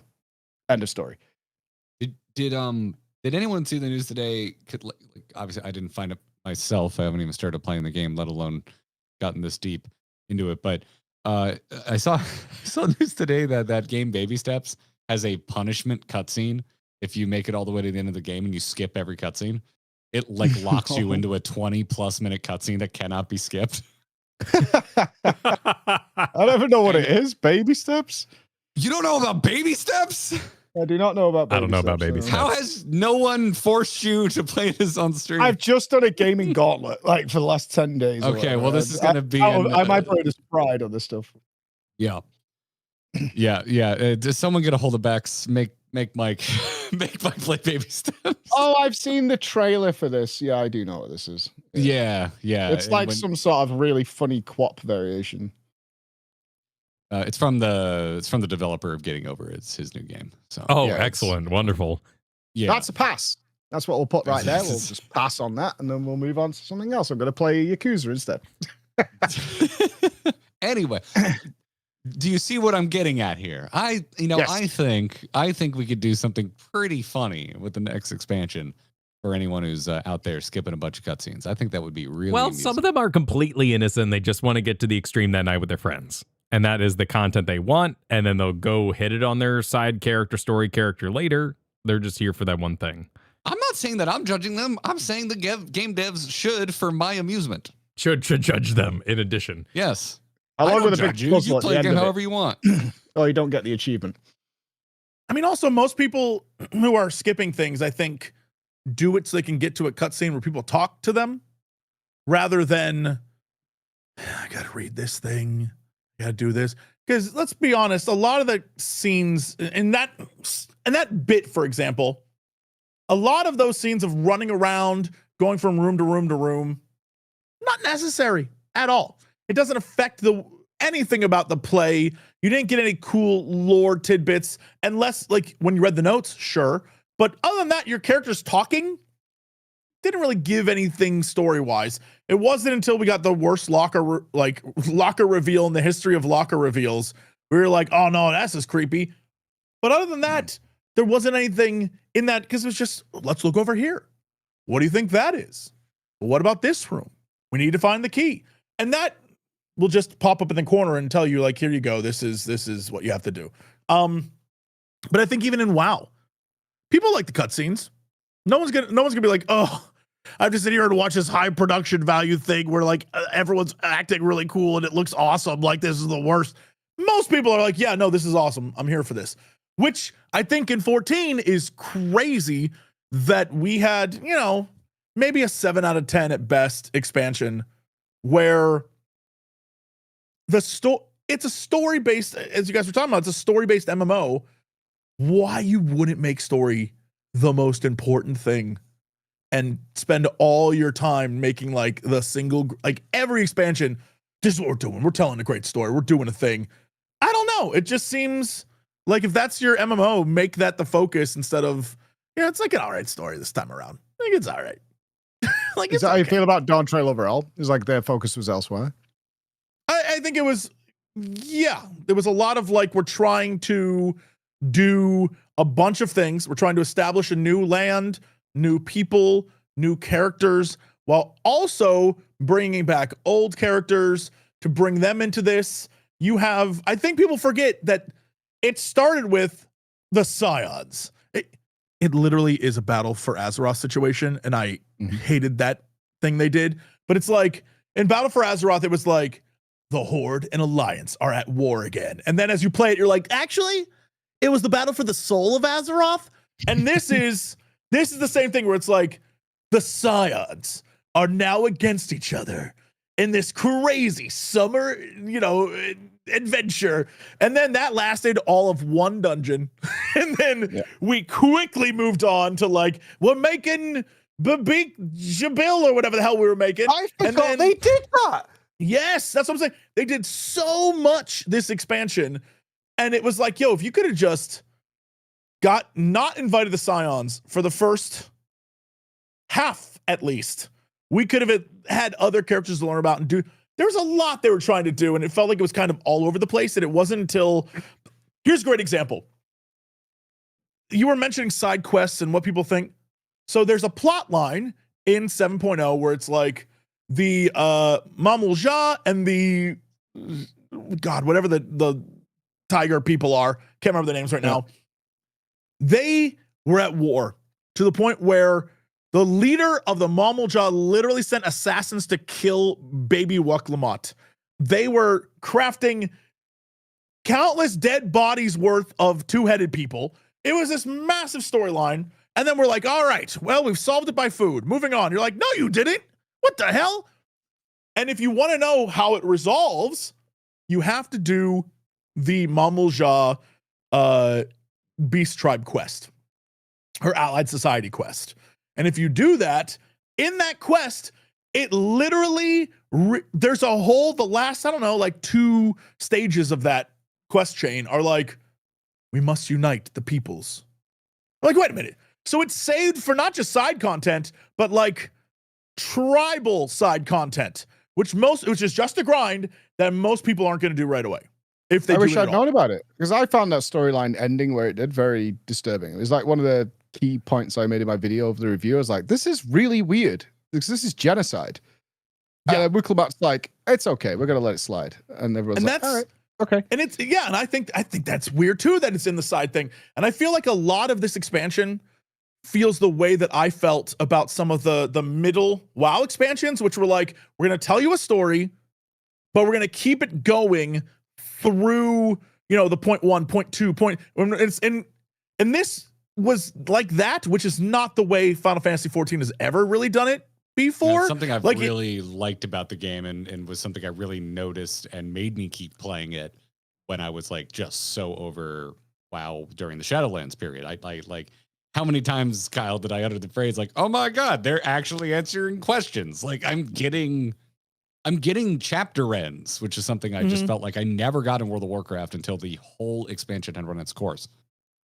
And that's why I think this expansion feels very A Realm Reborn, because A Realm Reborn, yeah, it had an ending. You defeated Gaius, and but you weren't really satisfied with A Realm Reborn till you beat the point, 1, 2, 3, 4, 5 patches, and then you're like, oh, okay, they told this story. That's where this was leading, and that's kind of the vibe here. Where, yeah, if you would ask me after 7.0 what I thought, I'd be like 5 out of 10, but I love point 1, point 2, and point 3. I think they're really well done. So I'm like, all right, cumulatively now, I would say probably a 7 out of 10 for this expansion. But it's like just presented differently in a weird way that I was like, oh, okay, this is not necessarily what I thought we were going to get with this expansion, but here we are. And I can't wait to see where we go. But yeah, I don't know. It's like a weird way of doing it, considering it's so different than what they've done before. But what do I know? Stormblood, same feeling. I agree with you there. It was Stormblood for me. Like the Stormblood base MSQ, I really disliked. So I was like, this is just not what I've just experienced in Heaven's Ward at all. And then all the post MSQ picked it right back up and was like, it was almost felt like they had a meeting. They were like, this is just not good enough. Whatever we did here was just wrong. We need to double down, make and work on focus on this. And it got better because it's a common argument I see is like, oh, Wukelamat memes are still going. I'm like, Wukelamat hasn't been a problem literally since the base MSQ at all in any way, shape, or form. Wukelamat's great. I'm fine. But an absolutely rock solid character, written well, not obnoxious, not getting in the way. And Sphene has been my favorite character. Like, I think Sphene is, besides there was coming back to the current MSQ, the moment when all the people were like, we totally know it's you. We've known for ages, by the way. Like, and she's like, I'm going to reveal my face and show the people I'm still here. And all the people are like, well, yeah, we know it's you. I thought that was hilarious that they did it that way. That reveal, but she's a solid character. Everything, just like you were saying, it played out as it should, which is what I loved about FF14. She was still a leader. She didn't feel like she should lead these people. She's been trapped out of time. She doesn't understand this modern world, but everything that was happening, she was like, my instincts are to be a leader and to look after these people. And it was coming a break, and it logically followed through that way. I was like, that's brilliant. That's what I want from these characters. Like, the pieces were all there. It all made sense. And she absolutely did it the way it was supposed to be. And I don't know whether she's going to an Emmerich style role now, like a Hien. She'll like step back. She's going to lead over here for a while. But did you guys think the crown was a hint that she's around for a while? Because the crown is still sussy, in my opinion. The sussy crown was still hanging around. I thought it was gonna be something like that. Like, oh, this is gonna be bad news. But I think it was just sort of this is to let you know you are the queen, Sphene. Like you are the ruler, and just because you were asleep, and just because you wear, short shorts now, or whatever. Like, no, girl, you are the. I think that's what they're trying to get at. But part of me hopes it gets weird. Like, I'd be fine with like, no, there's a nasty Sphene inside that thing. Like, I'd be fine with that. But I feel like it's just kind of like the crown represents her ability. There's just to her still big be a established leader. as queen. Like, you are we do still see you as the queen, regardless. But I thought it would also give her access to like the memories, or at least the history of what the copied Sphene did while she was. Yeah. Oh, that could be a really interesting thread. But with that said, I'm going to take credit for picking up on this, despite it still not being very clear. But I think it's 7.2 when you fight. I was about to say Garnet, but that's Sphene. When you fight the Steiner's girlfriend, Beatrix. When you fight her, boy, I just Steiner's girlfriend, Beatrix. The only thing she ever did. Yeah. What a damsel in distress she was. Yeah. Save me. Yeah. But like scene at the end where. Don't you mean Zelenia? Excuse me. Who's Beatrix? Oh, you're right. My bad. Zelenia. the scene at the end where evil Sphene is like, anyway, we'll leave you to it or whatever. I was like, that seems weird. There's like something else going on here. Feels like Calyx has like a crew rather than him controlling her. And I wonder if like that Sphene could be part of the, you know what I mean? Like if we already have a robot kid, there's no reason you couldn't have a robot lady, or I guess an AI lady as part. Who knows? You know, like she could come back, but I feel like she won't. Yeah, place your bets. Is she going full Emmerich Hien? Like, I've arrived in this cutscene to give my opinion on things. Is she, I'm worried. She's linked to Calyx. I'm worried that that's the direction she's gonna go, and maybe we'll every once in a while go back and knock on the door and be like, "Hey, Calyx is being a dick again. Could you kind of like fill us in on, you know, X, Y, and Z?" I'm fearful of that. And I don't know. I was like kind of expecting her to join the Scion, so I was just surprised that they sidelined. They just like seemed to undo all of the. I thought what they were going for with character growth with Galulja, because I thought they were teeing him up to learn how to lead and also like control the city, and instead he's like, I'm gonna go fight. I'm gonna learn with a sword. Like, okay, cool. I mean, But it's cute. But he was a child. The fact that you were like, he could lead. Put him in those positions in the first place? It was all set up, no payoff. Well, that's my fault. I will admit that I put all of my hopeful understanding and hype of Electrope on the little kid, because I wanted him to be hacking in the final moment. I'm in, you know, like, but I also, there was like this, he can make any element. He's a savant with Electrope. He can make fire elements. He can do ice, whatever. Like an airbender?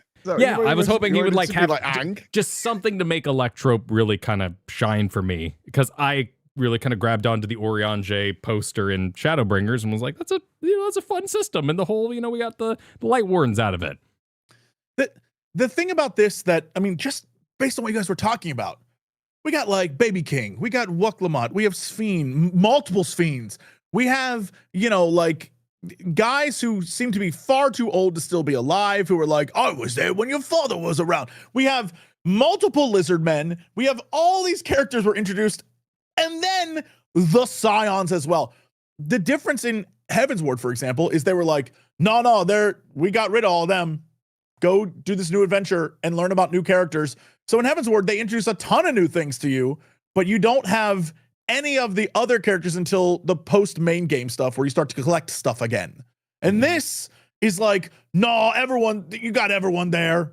And there's also other characters. So they're trying to do like so many stories. And I get the fundamental nature of like, well, we have trusts and we can do you have to have your characters there for the trust but like, we exist in a world where you can instantly teleport, and there are battles that take place where it's like supposed to be you, but then there's 7 of your friends. Like, screw it. Who cares? They don't need to be there. Just port them in for the trust, use your fantasy brain, and have fun. Yeah, it felt like there was way too much going on with all the different characters that you're going to get like a middling story of, especially we have to introduce a bunch of stuff. Right? Like, so they're all out except the Scions. Like, who is coming forward with us? That's the question. Like, we've introduced all this stuff. Calyx, apparently. Well, and that's, Calyx is... And that's where Sphene has a place, is if Calyx goes on, Sphene can be this information basis to help us understand Calyx. But Jesse's also right in that, but we have Shale. And we have all these other characters that could dissect who Calyx is. And if the Ascians are involved, we have a whole group that can dissect that. So what purpose does Sphene have? That's why that's why Sphene is least. That's why I think she's going to be a Hien, be a lease. You know, I just don't think we're going to see much Sphene in the main quest going forward, because I don't think there's much more Calyx to explore, at least in terms of backstory. He's now with the Winterers. We know at least one member of this shadow organization is an Ascian. Sphene can't help with that. We're the experts on that. That's our problem. We're the Ghostbusters, and the ghost just showed up. Like, well, Yoshi, we did an interview on this, right? And so he said they've learned too much, and their focus going forward is going to be very, very much. Warrior of Light is coming back to being a nuke. Yep, sorry about that. Okay, the Warrior of Light is going to come back and start kicking some ass, because it was, you've been sidelined for a whole expansion pretty much. and they're going to be very focused. So I think it's just Scions probably going forward, pretty much. Like, that's it. Because they kept teasing us. I don't know if you guys found it frustrating, because I was hoping the Scions wouldn't show up so much later before we got in. But then it made it very clear they're all coming, right? Because we did have that divide, which Jesse reminded me of. I totally forgot at the beginning of this expansion. We were like, oh, Thancred and Urianger, like over here. The twins are over here. And it's not going to be like a fighty fight, but it's going to, tensions are going to mount. Like, and this is going to be interesting. And it didn't pay off. It's important to remember that that's what we got sold. And then we placed it on top of the beginning story, which also reinforced that. So, and I think that's the inherent problem with like that big press push. Because like going back to WoW, they were very much like Alliance and Horde are back. This is it. Battle for Azeroth. Let's go.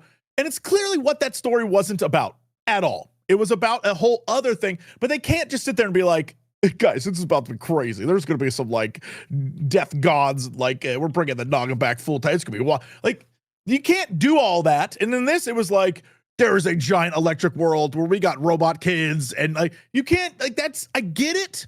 But at the same time, it's a disservice to be like, this is what the expansion is. So expectations wise, everyone's going in expecting one thing, and it didn't take long for that to immediately change.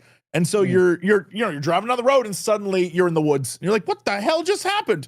And I get it. I very much understand why people were kind of all over the place with this expansion, because it felt kind of all over the place.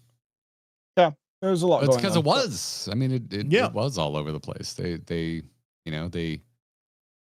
wrote a lot of lore for like every zone that we went to.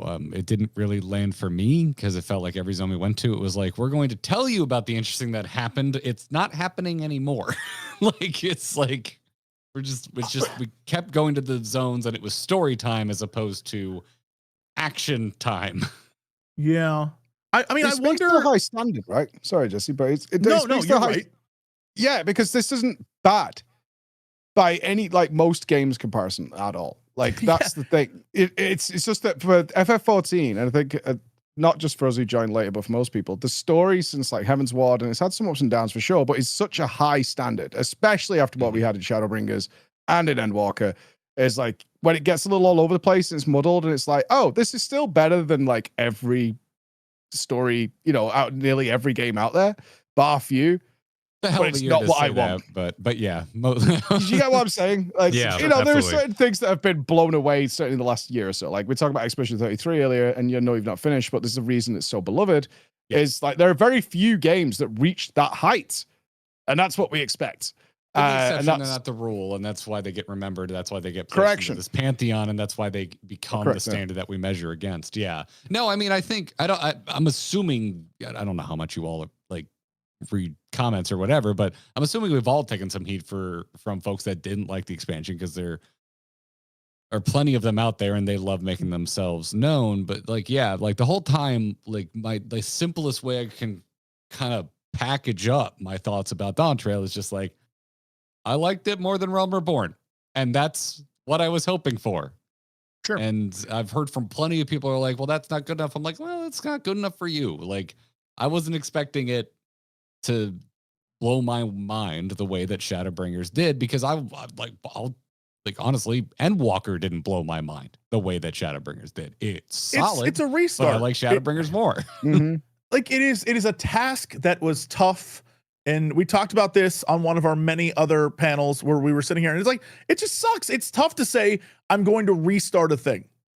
And in that moment, that's why I left Final Fantasy 11. I left 11 to go play WoW, because after Chains of Promethea, which is probably the next raid series we're going to get in 14, after that, I was like, what a cool story. It's going to be 2 years to the next story. I'm going to go play this new WoW thing. That looks awesome. I love Blizzard. I played Warcraft all the time back in the day. Like, that was a easy jump for me. So I can understand Endwalker wraps up and they're like, we're going to start a new story. We're going to introduce a bunch of new stuff. We're going to do a whole new thing. And it's going to be the summer expansion. If you're used to like, my character is fighting for the existence of the world and like, universe. I get it. Yeah, I understand being upset and having to restart, and especially now you're restarting, and yeah, you're just as powerful, but the story isn't focused on you. It's on this totally new character who is very divisive, And if you don't like kind of that style of anime, you're definitely not going to like Wook Lamont. And like, whatever. I understand. I'm not going to tell you to love a thing. It doesn't matter to me at all. But with that said, I am very curious the experience of someone who comes in now, for example, and can play 7.0, 7.1, 7.2, 7.3, all back to back to back. Because I think having to sit around for a year while they sort of got us to where we're at definitely affected people in a, this is taking too long. Because 7.0, you are like, you can do it, Wook Lamont. I believe in you. You're the Warrior of Lights that got your corner. And then in this one, 7.3, it's like, yeah, Wook Lamont, you tried your hardest. Anyway, let me roast this thing. and that was cool as hell. 7.3 was like, remember, you are still a badass. And I'm glad we got that moment because we didn't really have it that much, even though it was very clear and acknowledged by a lot of people that like, yeah, no, we could end this right now. In fact, an entire war broke out and 6 people stopped it. Like the signs were like, yo, what up? Is there a war over there? Cool, cool, cool. And yeah, like I'm glad we finally got that moment. And I imagine if it's all more compact, it feels better. But if you have to wait a long time and you're being told, yeah, no, this is Wook Lamont's story, you're just kind of around, I get why some people would be frustrated with that. But yeah, it's all personal preference, truly, at the end of the day, what you're looking for in the game. Well, that's why and some people don't even, care. That's why the custom animation gave me so much hope for the future, because if I take that back in time and I apply it to all of Dawntrail, if I'm doing my stance that looks like I'm always about to murder everybody because I just stand there and that's what I do, during all the Wook Lamont cutscenes, it looks like I'm being held back. But if instead I'm in the back just like going through my astrologian cards being like, yeah, good job out there, you solved this for yourself, and I'm just effing around, suddenly that like tutor role has a completely different storyline and I'm fostering something there. So when I saw in this final Calyx cutscene something custom for the character, you could tell a lot more nuanced stories, even if it's just, like stand there with your Dark Knight sword, like that stance rather than your normal, it communicates something. And it gives you an interactivity and a personality to your character that can go above and beyond what we've interacted with the story so far. More actual impact on the story, getting to tell someone off because you're sick of their face and it doesn't really matter. Like, why not? Let us tell Gosson that he's full of crap. Sure, he was going to keep talking anyway. It might have been nice earlier on, but even maybe in pre-Dawntrail, if there was a moment where the Warrior of Light interjecting actually hurt somebody. Similar to like in the Marvel Civil War way, Wanda blew up the building. And that would give the Warrior of Light a reason to be like, I can't get involved in everything because it's really dangerous if I do. And then we could have understood. I'm not sure that message got across to a lot of people. Clearly, is like, yeah, I could just destroy everybody here. Like this is, I'm standing off for a reason, and you kind of feel like weak. You're like, why aren't I just kicking this guy's ass, right? Like, why am I not just getting involved and just punching it in the face? I don't understand. If we would have had some little development there, it's like, there are things you shouldn't get involved with. You're now so powerful, like that almost Superman-y feel, right? It's like, I've got to turn myself in. Like, yes, I can break out of here. I can do whatever the hell I want to do, but that's not who I am. And that might have given people a bit more of a setup for that, because I felt that way. I'm watching this fight break out, and I'm like, it's good guy, bad guy. Like, it's not exactly ambiguous as to what's going on here. There's no moral gray area that you guys are fighting over, and you might get really, really hurt, Wook Lamont, because that's not my jam. But okay, I guess I'll just watch and stand by, which was a lot of frustration that I felt. I remember feeling that at the time and being like, why aren't we just stopping this? Like, this is dumb. I kept coming back to that, like, and I think it essentially became my headcanon, but I was just like, oh, we learned, through portions of Endwalker that our progenitor, soul-linked ancestor Azam, like, traveled around and inspired heroes everywhere they went so that they could solve their own problems after Azam left. And I was like, cool. I feel like that's what we're doing here. But the game never really explicitly says so. And like, I remember in the lead up to Dawntrail, when we got to Endwalker patch content, it was the first damn one the first Endwalker patch. Like you beat Endwalker and you have that wonderful scene with Emmett Selk that I am still living off of in how much I loved it, where he's asking you about all the adventures that you're going to go on. And Kyle, you and I joked that it was like a plea from the team to please stay subbed. We have wonderful sights to show you. But he asks you, have you been to the ruins beneath the waters of the bounty? And in 6.1, when we go to run that literal dungeon, it flashes back. Like you as the Warrior Light flash back to him asking you that. And I'm like, I need like 2 or 3 little flashes. To, like hell, maybe even just give me a full-on echo scene showing me, don't show me the face of Asm, but like traveling around and inspiring new heroes or punching a volcano like we know they did. I mean, like what should have happened for this expansion was you are asked by Waklamut to come and be kind of like on her team, right? And for the Ascension and the whole trials and stuff, and you're there to help. And so you're a helper. You're asked not to do all the work. You're a helper. So like when you get there, I think it would have been fun because, you know, callbacks, I love a good callback. Yeah, you could throw in some of the Asm stuff of like, yeah, if you did the variant dungeons, that kind of spoils what's about to happen. If you did this other, like there's moments they could have had, but more importantly, they should have had a moment where your character was like, yo, I can do this. I can do this right now. We can end all this. And if you would have just had like a certain good ghost boy show up and be like, hand on shoulder, hey man, I just sit through an entire expansion and watch you make tons of mistakes. Sometimes you have to do that. Chill out. Like this is like, that's what we're here for, because all of Shadowbringers, all of Endwalker literally hits home the idea that like your role as a hero isn't to go out and kill everything. Your role as a hero is to inspire others to greatness. And they follow the road that you walk. As you do good things, they do good things. And so having like Arbor be like, hey man, sometimes you got to let them stumble and do their stuff and just be here to support them. That little moment would have been like, okay, yeah, now we know what we're doing. Now we know the setup, instead of we're here to help by standing behind you. Are you suggesting another layer of parenting entered this parent fiasco that is Final Fantasy 14?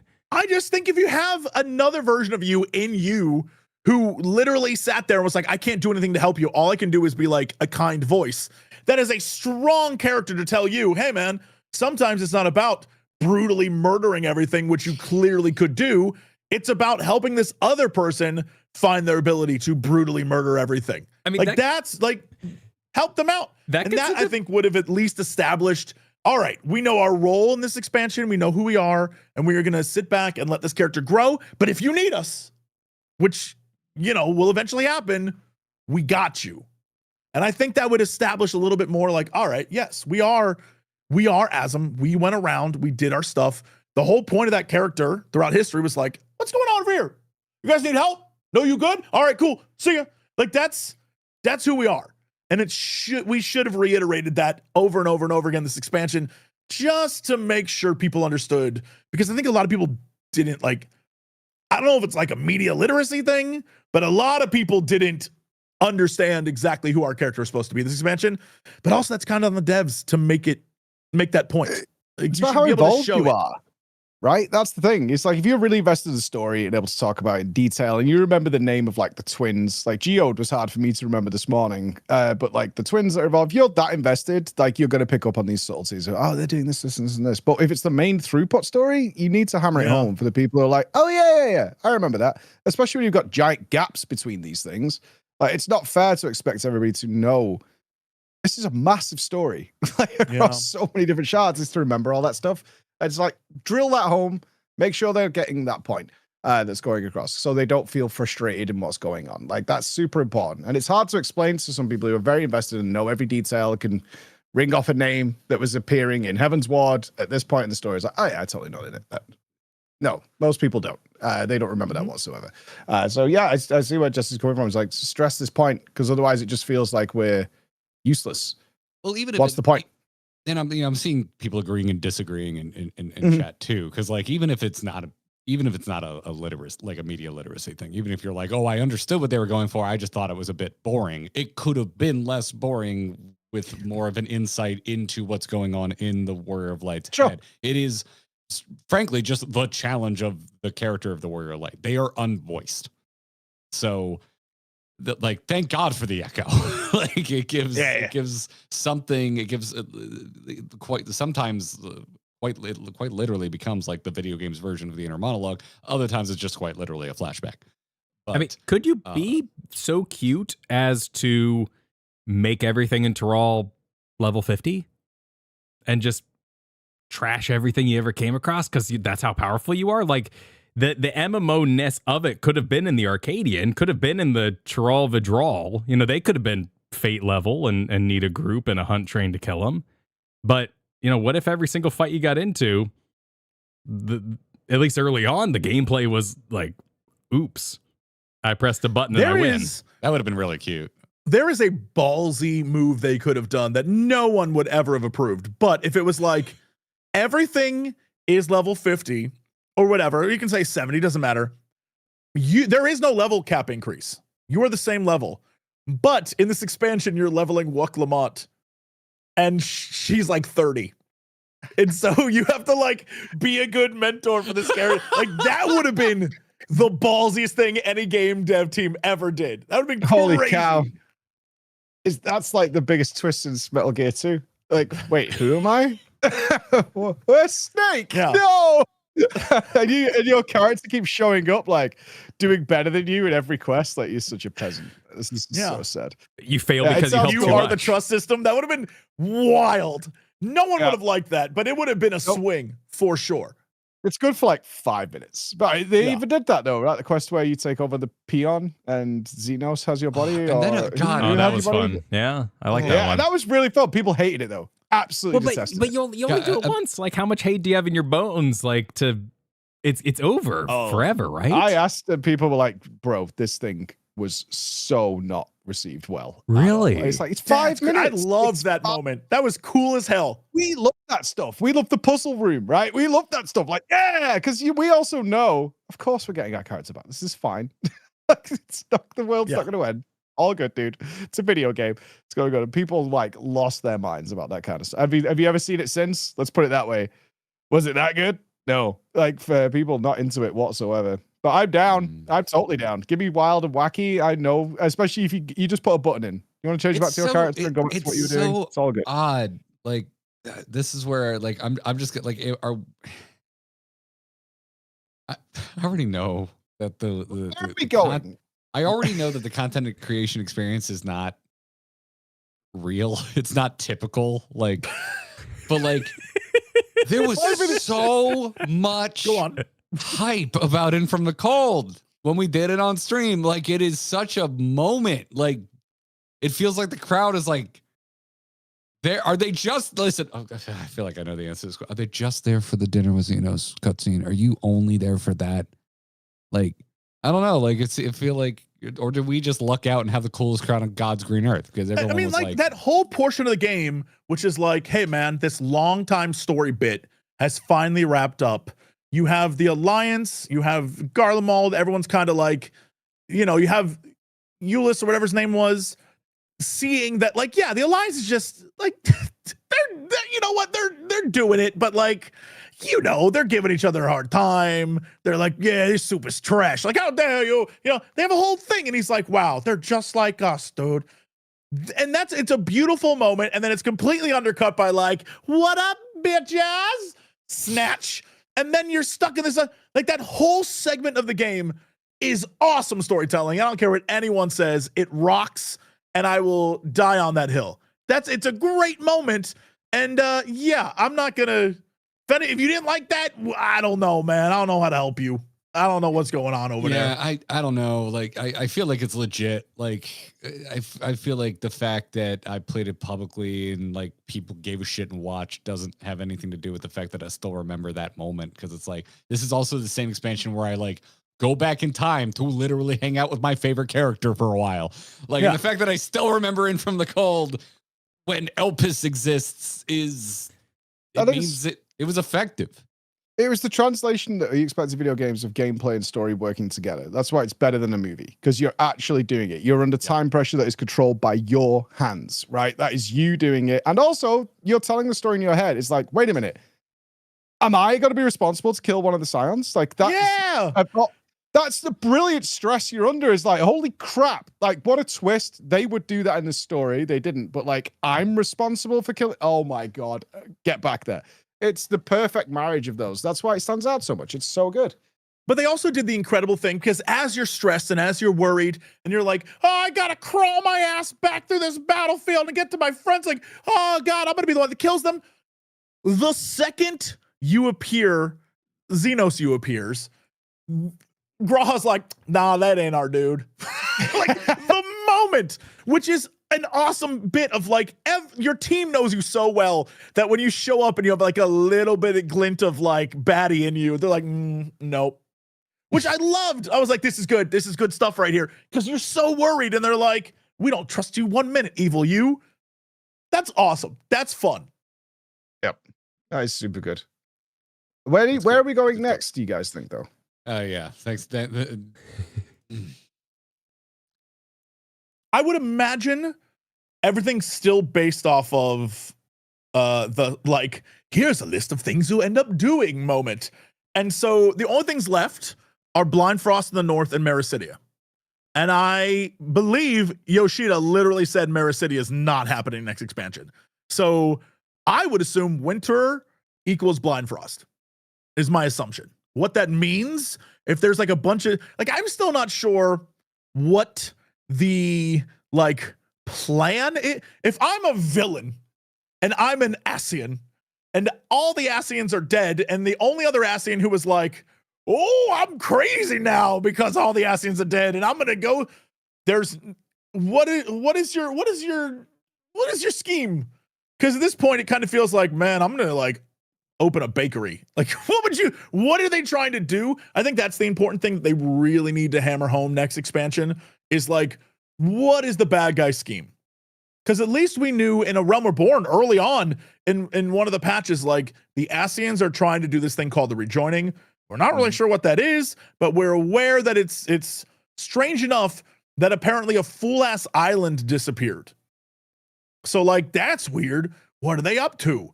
And they're, you know, if you go back and play A Realm Reborn, it hit me. I don't know why it didn't hit me while playing through it before, but like the fact that La Habrea is playing everyone against everyone, I didn't really pick up on the first time I went through. But like, dude is making, he's like, yeah, no, I'm gonna try and make everyone blow up the world. Like, that's my plan. And it's super interesting to watch it happen when you go through the second time. But like, there's clearly, we just need an outline of where we're going, because that's what fans get invested in. Those things of like, all right, they have a plan. Sometimes you don't deliver Battlestar Galactica, but those Cylons, they had a plan, and we were told they had a plan for multiple seasons in the intro. And I guess the plan was to become Adam and Eve. I don't know. Like, I don't know what the hell the ending of that show was. But like, we were told they had a plan, and everyone was like, yo, what's their plan? What are they trying to do? What are they trying to achieve?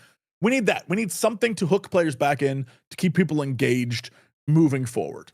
And hopefully we'll get that in the next one. I've been thinking about this for a while because this Ascian thing. One thing that bothered me about the story, and I think some people kind of figured it out, is like the other Ascian that's with Calyx. Do all the Ascians know that the other ones are dead? Is there like some ripple through the Force or something like that? Okay, yeah, that was one thing I was curious about. Is like, are they all still on the planet of rejoining, and like they don't know that everybody else has failed, depending on where they happen to be at that time. I am still a bit holding out hope that at some point we get. I love a character that doesn't know the war is over. I love that trope. So I kind of hope we get it, but I don't think that's what's happening with this particular Ascian, this particular character. And like, yeah, I don't know. It'd have to be a surprise Ascian. I mean, like the whole Calyx thing is like, you know, we can beat death. Like, that's his vibe. And so I would wonder how he got roped into a winter, like what their plan is. Because maybe if you're an Ascian, you're like, man, I live forever. So yeah, I don't know. I mean, so does Calyx. Essentially, for all intents and purposes, Calyx has lived well beyond his natural lifespan. But his plan doesn't make sense yet. That's what bothers me. Because it's Exactly. about evolution. They don't evolve. There's something that doesn't add up about all Calyx's storyline. And I still hold FF14 as a standard that they're not just like getting this wrong. But because everything that Calyx is saying doesn't add up to what he's actually doing. And it really bugs me because, and I'm kind of glad he's still around for this reason, because I'm like, you keep saying they're evolving, but they're not like the Borg, right? For any Star Trek nerds, it's like, we're going to be digital, kind of, but we're also going to go and these guys are stronger than us. We got to bring them in. These guys are smarter than us. And that's why our digital selves are kind of growing and getting stronger. They're just freezing, from what I can tell. Well, so how does that help with the evolution? The thing I think that we learned at the end of 7.3 is that the Calyx's plan was kind of his own thing, and he felt rushed because of plans of everyone else in his organization. And he's like, well, they were doing this, and I was like, I got to get this done before something else. So, yeah, I don't know. Maybe he can be sort of hypocritical or contrary to what we think about him, because he's kind of like got caught up in the moment of trying to kill us, which again, I love like, even though Necron was awesome and it's like kind of a cool way to be like, it's a thing if you kill, it gets stronger, but still it's a, it's a primal. So that's like the thing we're most good at killing. So I thought that was really fun, because even though it's like, yeah, keep killing it, we still figure out it feels fun for him to be like, I didn't know your game like that. My bad. I'll get my revenge. And so having an Ascian work with him, like, I hope we get something neat and cool, because right now we have a giant MacGuffin, and it feels like, other than I need that, no one knows why. It all playing around the idea of just having more soul energy, essentially. Yeah. I mean, if your whole thing is I'm afraid of death, I fear death, and I want to make this weird thing that sucks the life of people, so we need to go to different reflections to do so. But like, him as a character, why does he need to do that? No, he's fine. He's sorted. He's done. And then he's like, well, we're going to evolve everybody. This is the only way for our... Because the whole reason he was killing people and sucking up their life juice in 7.3 was so that he could keep the backup running. There's even like a line, I think, around when Geo dies, where he says, oh, just with the people we've killed already, we can keep this sucker running for like 800 years uninterrupted. But that's still a finite amount of time for a man who is trying to achieve immortality. But also, I think he's filling in for the battery. But it's not just him, though. Yeah. Like, he's doing... I mean, maybe I don't know that I got from his character that he loves his people. Like, I don't know if that's what I got from him, but he doesn't need... The reason why the battery only lasts 800, because he keeps sucking people into that damn thing. And he's like, yeah, we'll keep all these other people. Like, I don't know. I don't know what his plan is. I couldn't tell you. But I hope we get some inkling. Yeah, I just keep finding there's too much, there's a flaw in the logic. And that happened with, and they're aware of it, because it happened with Sphene, evil Sphene at the end of the Dawntrail MSQ, because Graha points it out. It had this whole dialogue where he's like, what you're saying doesn't make any sense. This doesn't work ever. It continuously fails. Why are you doing this? And she's like, well, I'm programmed to do it. That makes sense. As a computer who's like looping, essentially, like A goes to B, but back to A and just keeps going around. It's like, this is the only way to do it. I'm not getting that with Calyx either, but it still doesn't fit together for me in terms of what we've been told is his plan. And maybe the Ascian's like pushing him that way. I think a major piece that needs to fall into place is like, when did he get conscripted into this group? Like, yes, that's what. Yeah, I said at the beginning. When that happened, really we'll probably answer a lot of that question. Because like I just kind of assume that like a lot of what he was already doing was already, because of the history that's been established in Dawntrail, that we know preservation existed way before we started meddling in all of their stuff. They've been trying to back up people's souls and memories for a really long freaking time. I think he was doing that long before he was a member of this Winterer shadow organization. So I think at some point, I'm assuming it's a lot closer to when we start meddling in the events of Dawntrail than preceding it, because I could see if this is a group of people who are pissed off at the Warrior of Light for one reason or another. If we started making moves towards Alexandria, this group probably showed up and were like, hey, Calyx, hey, yeah, this dude's going to come in and try and blow up your plans. So we're going to feed you some information so you can maybe, hopefully, kill them. The digital rejoining. That's what we're doing. I mean, modernizing the whole process. We're going for a digital rejoining. Maybe they moved on for rejoining entirely. It could be just straight revenge. They're just like, you screwed up our plans. They're ruined forever. We want you to die. We want to end the legacy of Asm. But I also think, I think that Ascian is the only damn Ascian. I think other members of this group are going to be other completely non-Ascian individuals that have a bone to pick with us. Yeah, like the Winters, definitely, like as a concept, you have to imagine they're like, we're waiting for something to happen. Like, I don't know. There's like we are in the far north and we're waiting for a moment. I would have to say, based on the information we have, that Calyx was hit up by Ascians much earlier in Alexandria's history. And I would imagine most of his tech probably comes from, some sort of Ascian intervention, and that's how he was able to do things that he did. But probably that's also, it helped further along their goals in some way. And then he got, I don't know what he's going to do there, but what I would love to happen, the more I think about it, is no matter what the Winter's plans are, no matter what's going on there, I would love if Calyx was so pissed off that he lost to us, that he made it his entire mission to get back at us, no matter what's going on with this rest of the story. He's like, I'm going to get revenge. And the best thing they could do is frame it, they don't even have to be subtle about it, but I would love subtlety, but frame it as in, this is an video game character who is fake and AI, all these different things. And his whole idea is he's going to do everything he can to stop you and keep putting up roadblocks and harder and harder and harder objectives. And I would love it if it was framed as like, these are the devs. Calyx is developing thing. Like, the Calyx is the dev character, and he's just going to keep creating more and more weird scenarios for you. And it's like, he's a game dev, and he's their character in this world.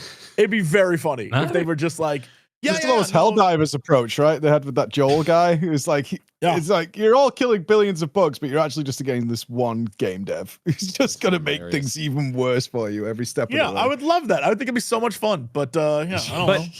I feel like there's an answer to all this in the rule that was brought up that he can't make copies. That seems like the most obvious way to beat anybody in the world is to get 5 Calyxes involved and make a Council of Rick situation where they all hate each other, but they're going to get shit done. Can't he, though? He literally, like, before we blow up his memory bank, he is copying his memories to a secondary location. He's uploading himself, right? There's a whole line in there that it is against the laws of Alexandrian robotics that you make copies of somebody else. Yeah, I know. I remember that, but I think he then breaks that law at the end when he is copying his damn self somewhere else. Well, that could be he gets transferred and he's only 95% of a person, and every time we beat him, he only transfers the and eventually he's just a complete madman. That'd be fun to see. He turns up as missing in like the patch. Yeah, he's all awesome. That'd be so cool. That would actually be hilarious if he find his ass under a truck. Yeah, but this also glitched out. This also brings up a point that I do not understand, and maybe we'll get an answer. This man transfers himself to a black void computer program ? And then just an Ascian shows up. It feels very Matrix Revolutions. We're like, what are the rules? What do you mean he can be outside of the Matrix? How did that even work? What is going on? Like, it's that kind of framing of like, how's this Ascian? Can they just show up in a computer, or did he transfer himself out of a computer? And if that's the case, why is the room so dark? What is going on here? I have so many questions about how any of this works. But I found the quote here, by the way. He literally says, cannot be duplicated, but they can be transferred. So there you go. Yeah, so, and I love the idea of a world between, like Jesse's talking about, like getting stuck in between here and there, and that's why there's an Ascian here, because his world blew up, and he was like, oh, shit, I was trying to get to the moon. Yo, hold up.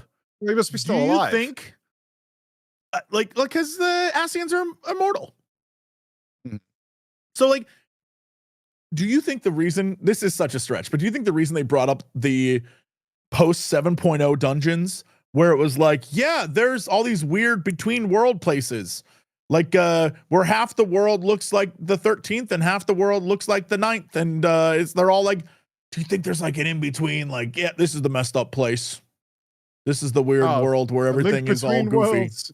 It's cliche. It's happened before. Is it not more likely that he's still alive somewhere and the Ascians have him in a lab and he's being manipulated from there?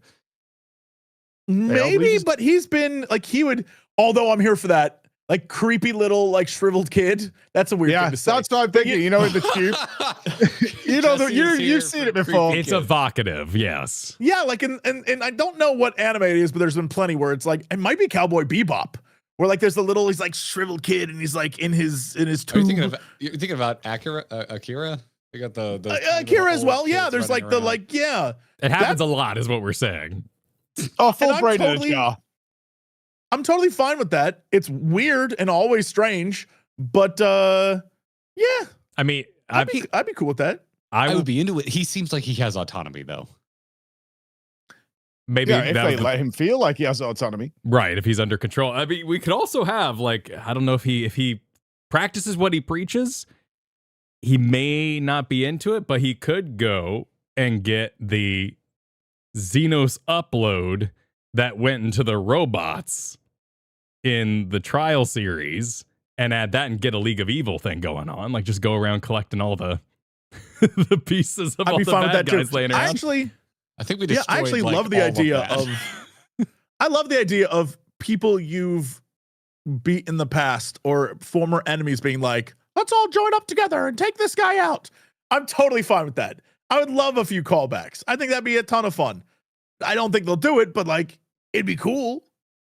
Yeah, the virtual world, you see the footsteps, Xenos comes walking out, you're like, oh no. I would be the hypest person who ever I'm down too. But it's just his combat data. Go! Like, he's got barely a personality, just the combat data they found.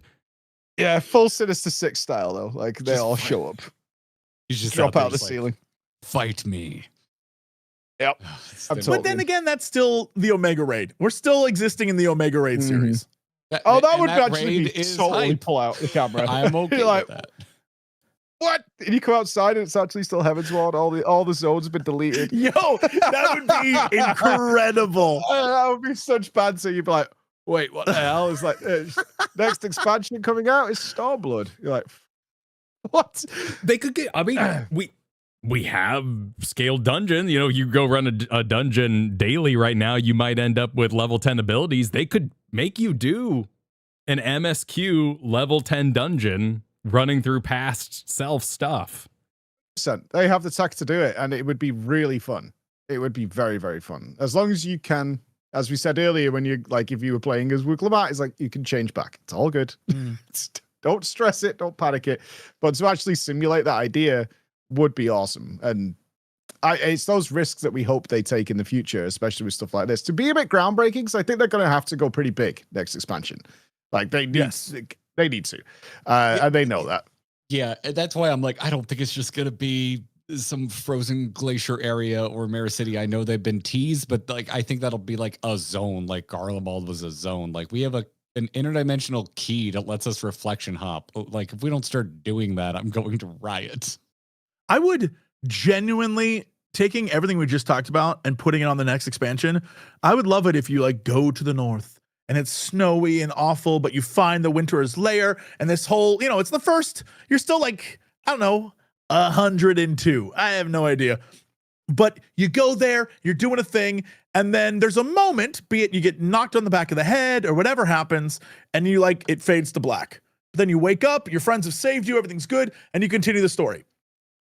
Level 100, the realization that you have been in a tube in the Winter Lair the entire time, and the entire expansion in every zone you went to, all these beautiful, crazy zones, was literally just you in one of their test chambers.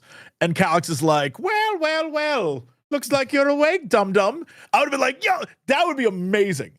I would love, there's no way you could go back to those zones, obviously, but that would be some fun storytelling as like, yeah, these guys got tech and they can mess with your mind, man. So like, what's real? You'll never know because they're messing with you.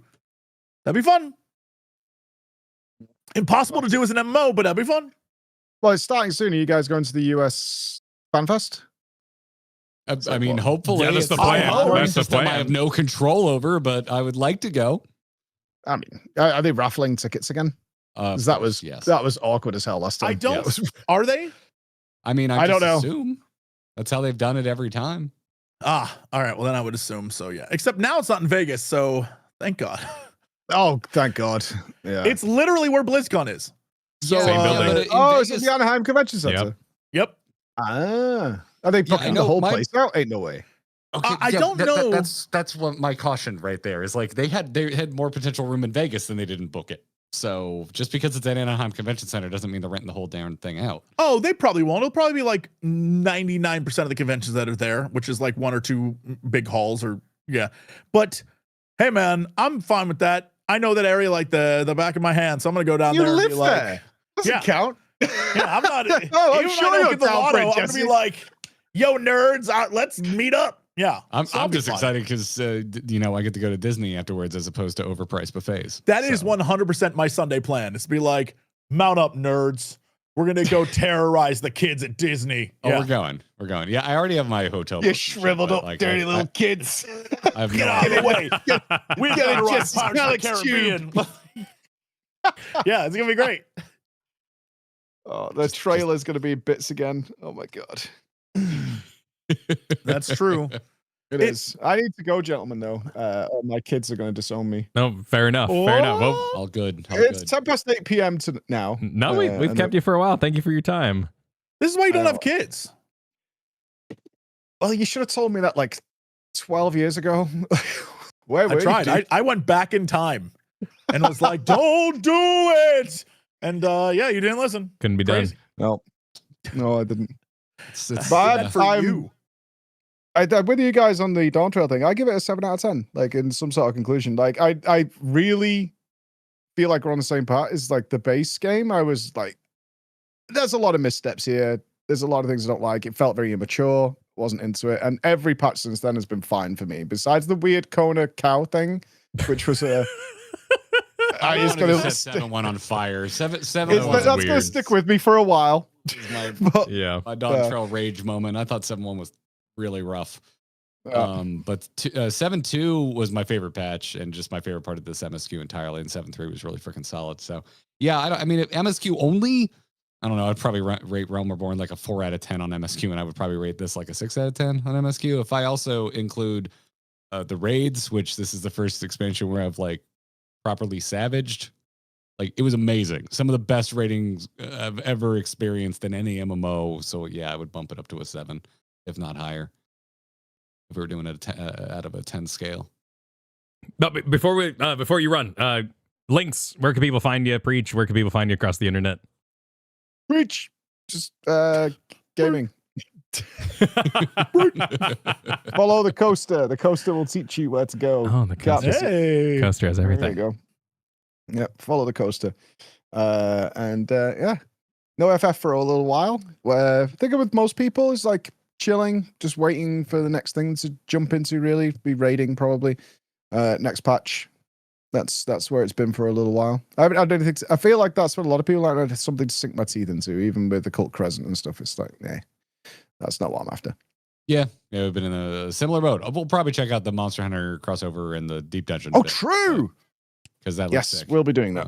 The last I think it's Monster Hunter tomorrow? crossover was really good. Yeah, tomorrow. tomorrow. Yeah. Patch tomorrow. It'll be a little delayed for us because we're still trying to ram through Expedition 33. So we'll probably be a little delayed. Could have said that checking another out way, that. but sure. No, I didn't. I learned Nope. from watching you. Oh, thank you. Yeah, you're welcome. Anyway, Jesse Cox, where can everyone find you? Anywhere Jesse Cox can be found. I've stolen that name from all the better Jessies out there. Idiots. Also, yeah, I am excited to play Final Fantasy 14 tomorrow, but Mega Bonk has taken over my life, and I love that No. game. I love to bonk, y'all. I'm a big bonker, and I cannot stress how much Vampire Survivors, but it's 3D. It's great. Big fan. So that's what I'm doing. I excitedly DM'd Kyle over the weekend. I was like, holy shit, we have to stream this. And he's like, a single player. I'm like, I don't care. Play it side by side simultaneously. I don't give a shit. The rounds Let's are short go. enough. You can just hand off controllers. Cool. Sick. Yeah. Sounds awesome. I love freaking Vampire Survivors. But yeah. Anyway, Mike, get on out of here. Don't let us keep you. We're gonna stay here yapping for a little bit. I will. I'm gonna go eat my lunch. But thank you as always. And I think next time, I promise, because Blizzard won't get in the way.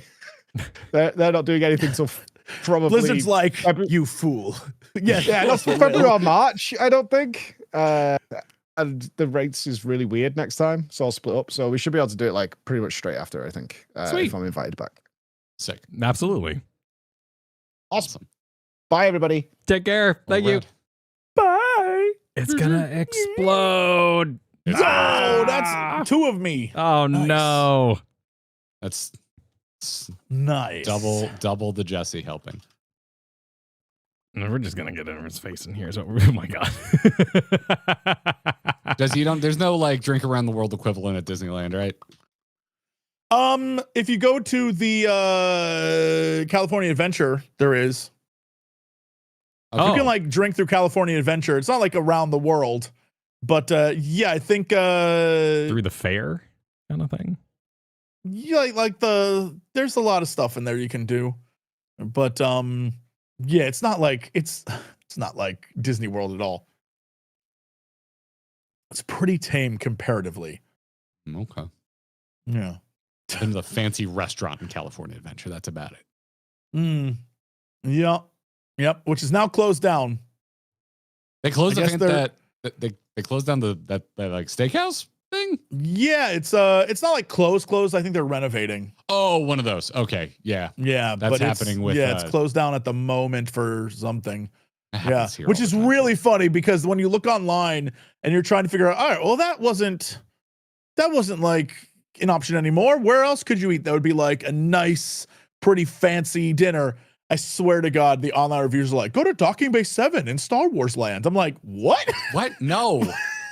No, you got Blue Bayou, which I did get horrible food poisoning at, but the food was amazing. The only time I've ever seen Blue Bayou is when I'm traveling around it and doing pirates. Yeah. I've never actually been there. But it's in the Mexico Pavilion at Epcot. We don't. Yeah, Pirates is different here.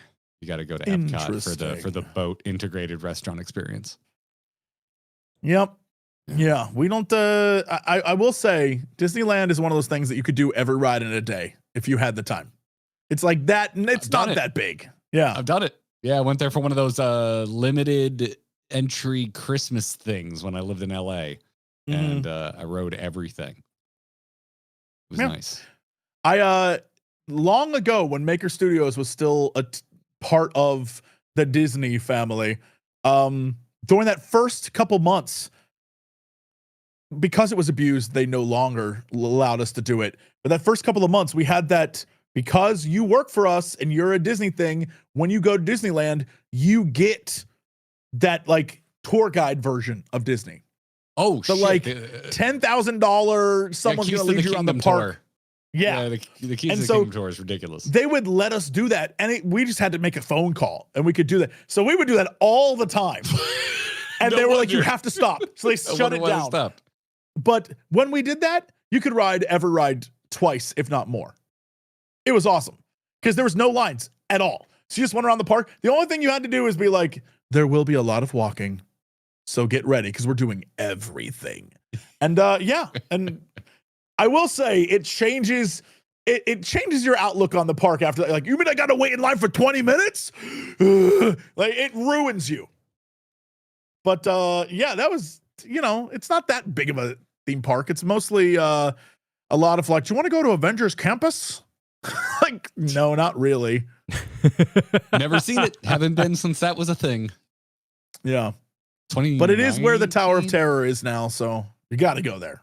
Don't you mean the Guardians of the Galaxy breakout? That's what I mean. Sound thrilled. Super into that one. Look, I mean, I enjoy that really ride, but I really liked it when it was Twilight Zone better. Yeah. I liked it was like a little scarier, a little fun. And now it's kind of like you falling is undercut by in the background. It's like, the Jackson 5 are playing, and you're like, it's not terrifying when little Michael's singing to you and you're just like moving up and down, you're getting some Chris Pratt one-liners shouted in your ear. Yeah, like I'm laughing while I'm falling, which is not I'm not like, yeah, there isn't a man who's like, welcome to Spooky House. That doesn't happen anymore. I went on Tower Terror like a month ago, and it's the first time since it was like a new ride that I saw a kid reduced to blubbering tears. It was wonderful. Like, absolute terrified child. That was me at one point. Yeah. Oh yeah. I love because you know when it takes the photo when you get to the very, very top and they kind of open the thing and they take the photo. So I always try to find the person who's genuinely scared and do and point at them. So when they take the photo, it's just everyone. I'm like, everyone point. We're all like, ooh, and they're like, ah. Yeah. So that's the photo. It's great every time. We did a photo like in high school because we all went for like a high school trip and we all pretended to be asleep. The photo, and I wish that's good. That's a very good one. To this day, I had bought that photo, but it was high school and I was very broke. BRB. Yeah. Yep. Oh. Gone now. Kyle, is he on your cool kid couch? Where are you? I'm in my home studio. What the hell? Yeah. I thought the whole point of you two moving close together was that you could live together and be like best bud roomies. Yeah, and then, there were a lot of comments that thought we were moving in together. We're like, no, we're just gonna do videos together now. And you didn't want to wake up and drive over there for this? You didn't want to like be in the same room? Listen, I'm over there a lot right now with the 2 times a week Expedition 33 streams because there's 2 times a week. Oh, that's terrible for you. What I'm leaving out is also showing up to continue making videos and keep those rolling out and any other extraneous activities. Tomorrow, Kyle's picking me up from a garage because I have to take my truck in to get it fixed, and he's got to drive. See, that's what I'm here for. Grab that's my the friendship I'm here for. Is it like, oh man, I'm stuck in a garage. Can you come pick me up? Like, that's exactly what we're doing tomorrow. And then that's what I want. Yeah, the K and G. Did you? Where were you Friday? We were in a pool for 6 hours, getting horribly drunk while streaming. I don't. You missed it. You missed it. No, I think I was playing Silent Hill at the time. Oh, okay. Which is like being in a pool drunk. We were for a few hours. We were getting sunburnt. That's what we were doing. Yeah. You were going through your own emotional purgatory. Sure, I get it. Yeah. Oh, it was great. Yeah. It was great. Kyle even didn't duo stream to Twitch because he's still scarred from the one time he wore a shirt kind of open and got banned for a month. Oh yeah. Yo, that's because too sexy. It was too sexy, you know? Too sexy. It was Suns Out, Guns Out Heroes event, and they didn't warn Twitch that there was a good chance of that, apparently. It's too much for 2016 Twitch? Yep. Were your nipples even showing? No, I don't think they were. So as stupid. I recall. It's so freaking stupid. It's like, it's fine. Like if you had worn like a V-neck that was made in 2007, you would have been showing just as much skin. Well, they updated it just for me. Nipples even showing.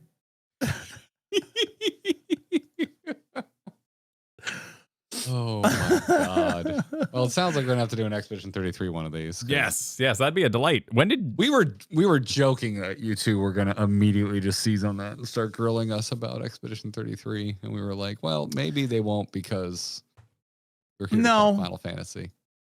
It's a very well done game that has a well done ending that is something that I'm not going to spoil. Worth respecting, perhaps. Yeah, definitely worth respecting. It seems divisive. I feel like we've already seen the thing that is divisive. I feel like enough has been revealed to me that I'm like, I could understand some people not liking this. I, however, love it. You're not even like, nah, man. No. I think I know, but I don't. You don't. Okay. And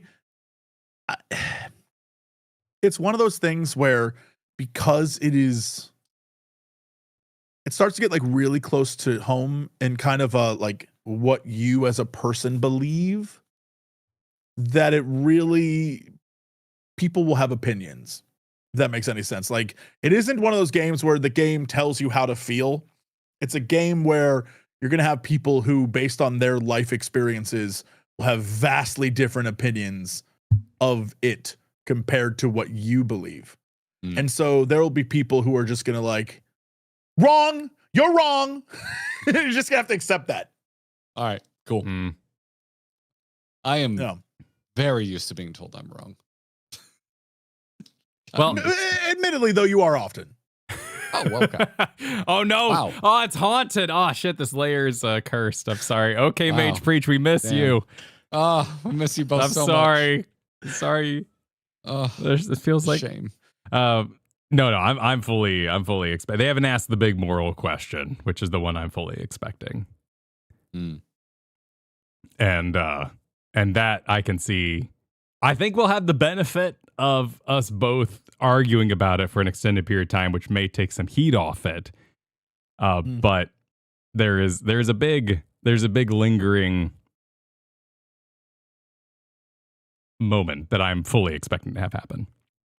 Have you done enough of the talking with the people in camp that you're starting to get to the point where some of the characters are like, "Hey, Verso, you want to smooch, dude?" Oh yeah, we Yes. smooched. We smooched. Yeah, we smooched CL. We didn't know that's what was going to happen. And then that happened. And then, like clockwork, we got multiple comments that were like, "You fools, you locked yourself out of Lune. How dare you?" See, And my weird thing was, I'm just going with the flow. Listen, Yeah. it was presented to me, and I'm not one to refuse a gift basket. I absolutely refused. The entire time I was like, why would Verso give a damn about like, I need to get my rocks off? Like that meant I was like, no, my Verso doesn't care. He's like, I have an object. Like I just couldn't in my mind figure out. Kyle just adding. I just couldn't figure out why he would give a damn about these people that just like, I don't know. I was like, no, my guy doesn't care. I felt that way upon like first meeting him, but the more you do those campfire conversations, the more flirty it gets. And so I'm like, he's laying it down. Like there's something behind these CL's like, I had a love of my life. And he's like, yeah, no, I know what that's like. And then I was like, why on earth would they be like, you want to see my wiener? I was like, what do you mean? I can't, none of this. I was like, no, I can't with this. Wait, no. Hang on here. Okay, now we need to. Spoilers, Act 2. Okay, are we good? Guys, the biggest spoiler of Act 2, not going the that most deep into important it. spoiler is the fact that two characters can possibly do it in a modern day RPG. Yep. That's it. I'm not going to spoil the story. I'd be No. a fool to do that. I'm just saying the wieners weren't real, so why would he be concerned? Like that's the.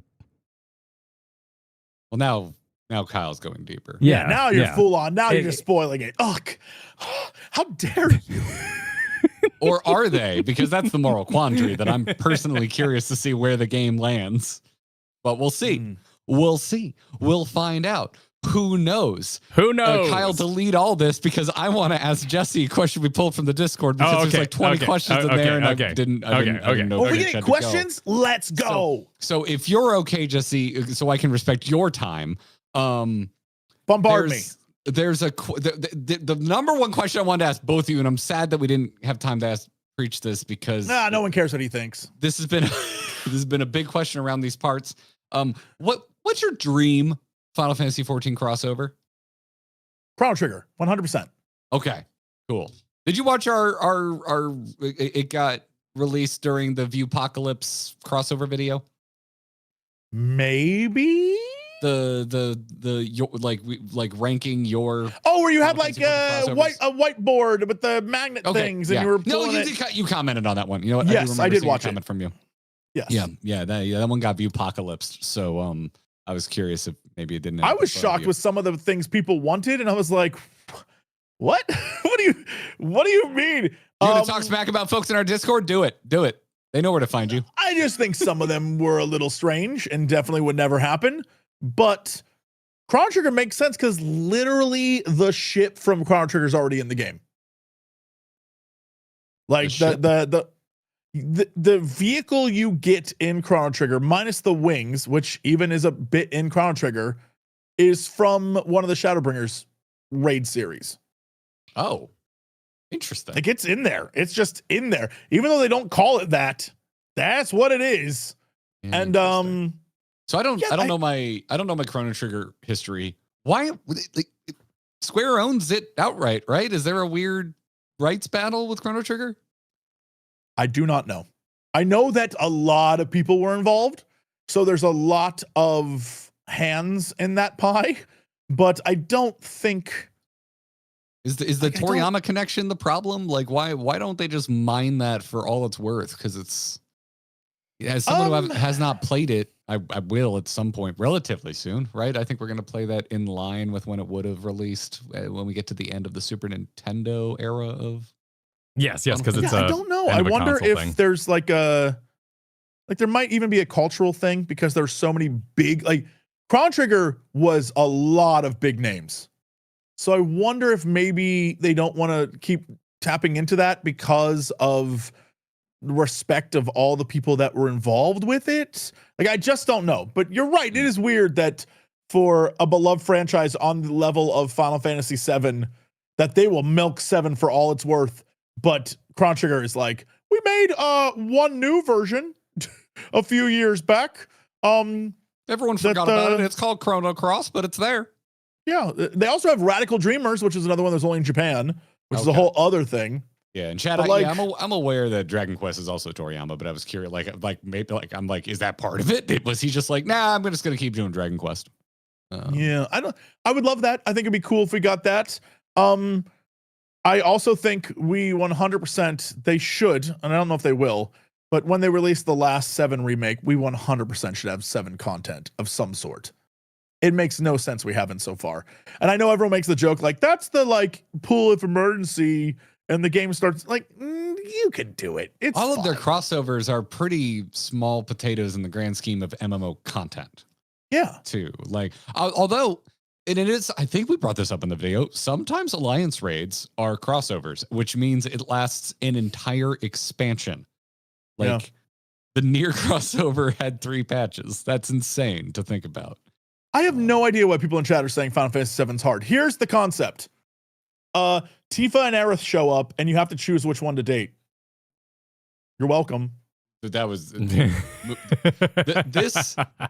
when we were talking about the puzzle sequence of Dawntrail. Like, conversation moved on, so I didn't go back to it. But I'm like, just for the love of God, add romance, like add relationship levels and a slightly deeper dialogue wheels, and like, let's just do it. Just add romance to Final Fantasy 14. Just freaking go for it. They already tease it to the point where it's like, these characters really like you. I just don't know the level of pull the trigger on that. Are you afraid of success? Are you afraid of money? Like, just do it. Just add it. Yeah. Every time a game adds that, you watch the buy-in increase dramatically. Yeah. So, like, I wish they would. They've already succeeded so greatly in getting players personally invested in the story through making the warrior light the main character. Just keep it going. Just freaking do it. I would love it if they added romance, mostly because I would pick the character no one wanted to romance just to see what that story was.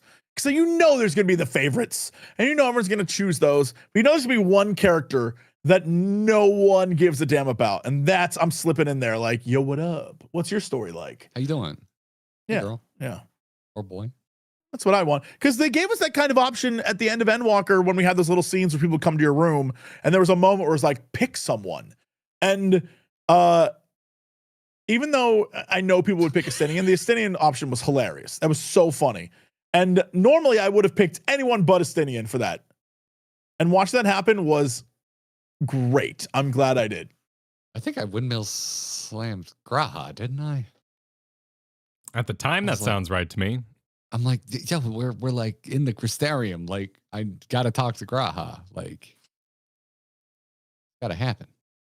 Yeah. I mean, because look, I won't be able to get the one I want to be with. They'll never let me be with Merweb.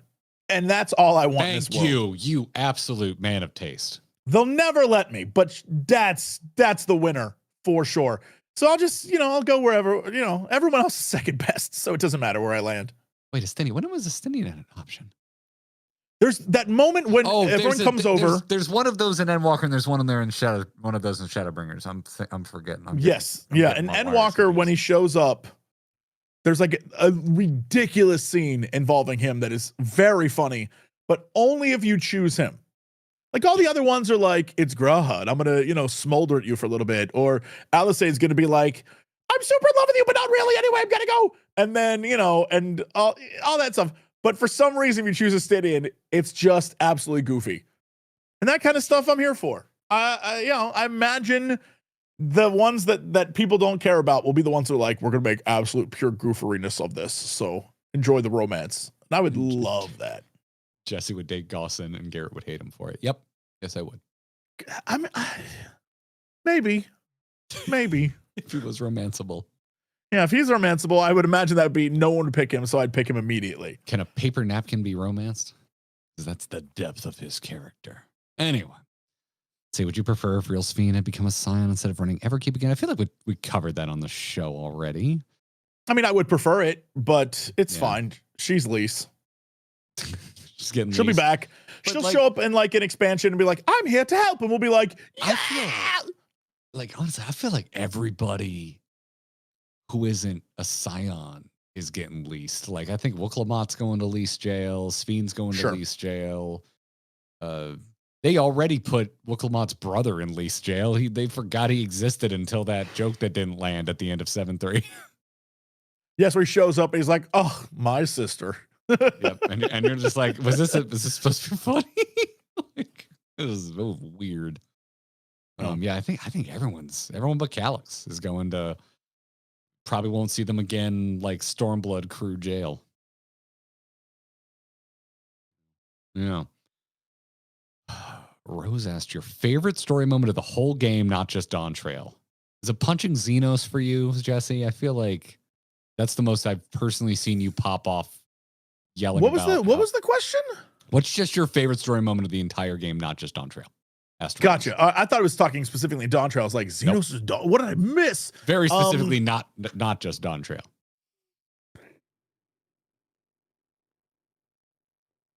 Yeah, I mean, I like that a lot. But there's a lot of great moments. Yeah, I feel like the last 2 hours of Endwalker is a pretty great moment for me. I'm a big fan of the way they did that. But also, I mean, let's not pretend. If we're talking like the best moment, it's straight up Ardbert being like, take the sacks, bro. Like that is the hardest, coldest drop. And like the music kicks in. Yeah. Nothing. I'm pretty sure there's a video of me being like, yeah, or something, like literally just very excited that happened. So like that's clearly the best moment. But there are many moments that I like. Yeah. I think that was a moment I abandoned trying not to say the F word while streaming. I was just so hyped. I was just like, fuck yeah. That was a great, that's a great moment. So good. So freaking good. Yeah. End of Shadowbringers. Definitely. Freaking definitely. Yeah. And that's, I mean, and let's not pretend. We all look back at Shadowbringers as like, that was awesome. What a great, but like they still had us do that trolley part. It's not perfect. Let's not pretend it's perfect. No. But it was awesome. Like it's a great experience. I am getting answers via Telegraph. Bex is sending in Preach's answers. Mike wants WoW or Expedition 33 for the biggest crossover that he wants in Final Fantasy 14. I mean, we do have Pictomancer. It's already there. Yep. Oh, and very specifically, he wants an Alexander that is made out of Stormwind to be a thing we fight. That's kind of dope.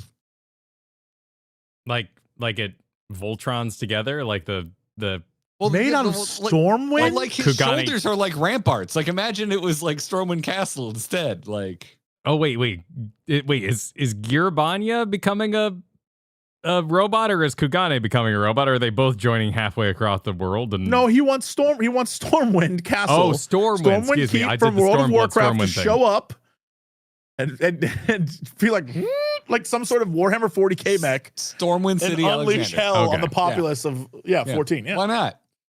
Why not? We fought literal pandemonium.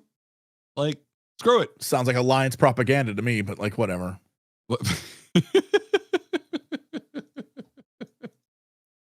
Oh my word. Kyle, what's your favorite story moment of all of Final Fantasy 14? Oh dear. Fish wizard. Really? Wow. Yep. When the fish wizard's like, I have it all figured out. Well, my ether. Ah, shit. And like Thancred does 3 flips and Yagiri shows up for the first day. It's badass, man. I'm not sure I want you to DM anymore. I changed my answer based on that answer. In patch 6.3 or what, maybe 6.5, whatever it is, I think it's 5. When you finally go to take on like you end up in the 13th moon, and there's that scene where the team is like trying to fight off, oh, my brain just died. What's his face? The guy, evil guy.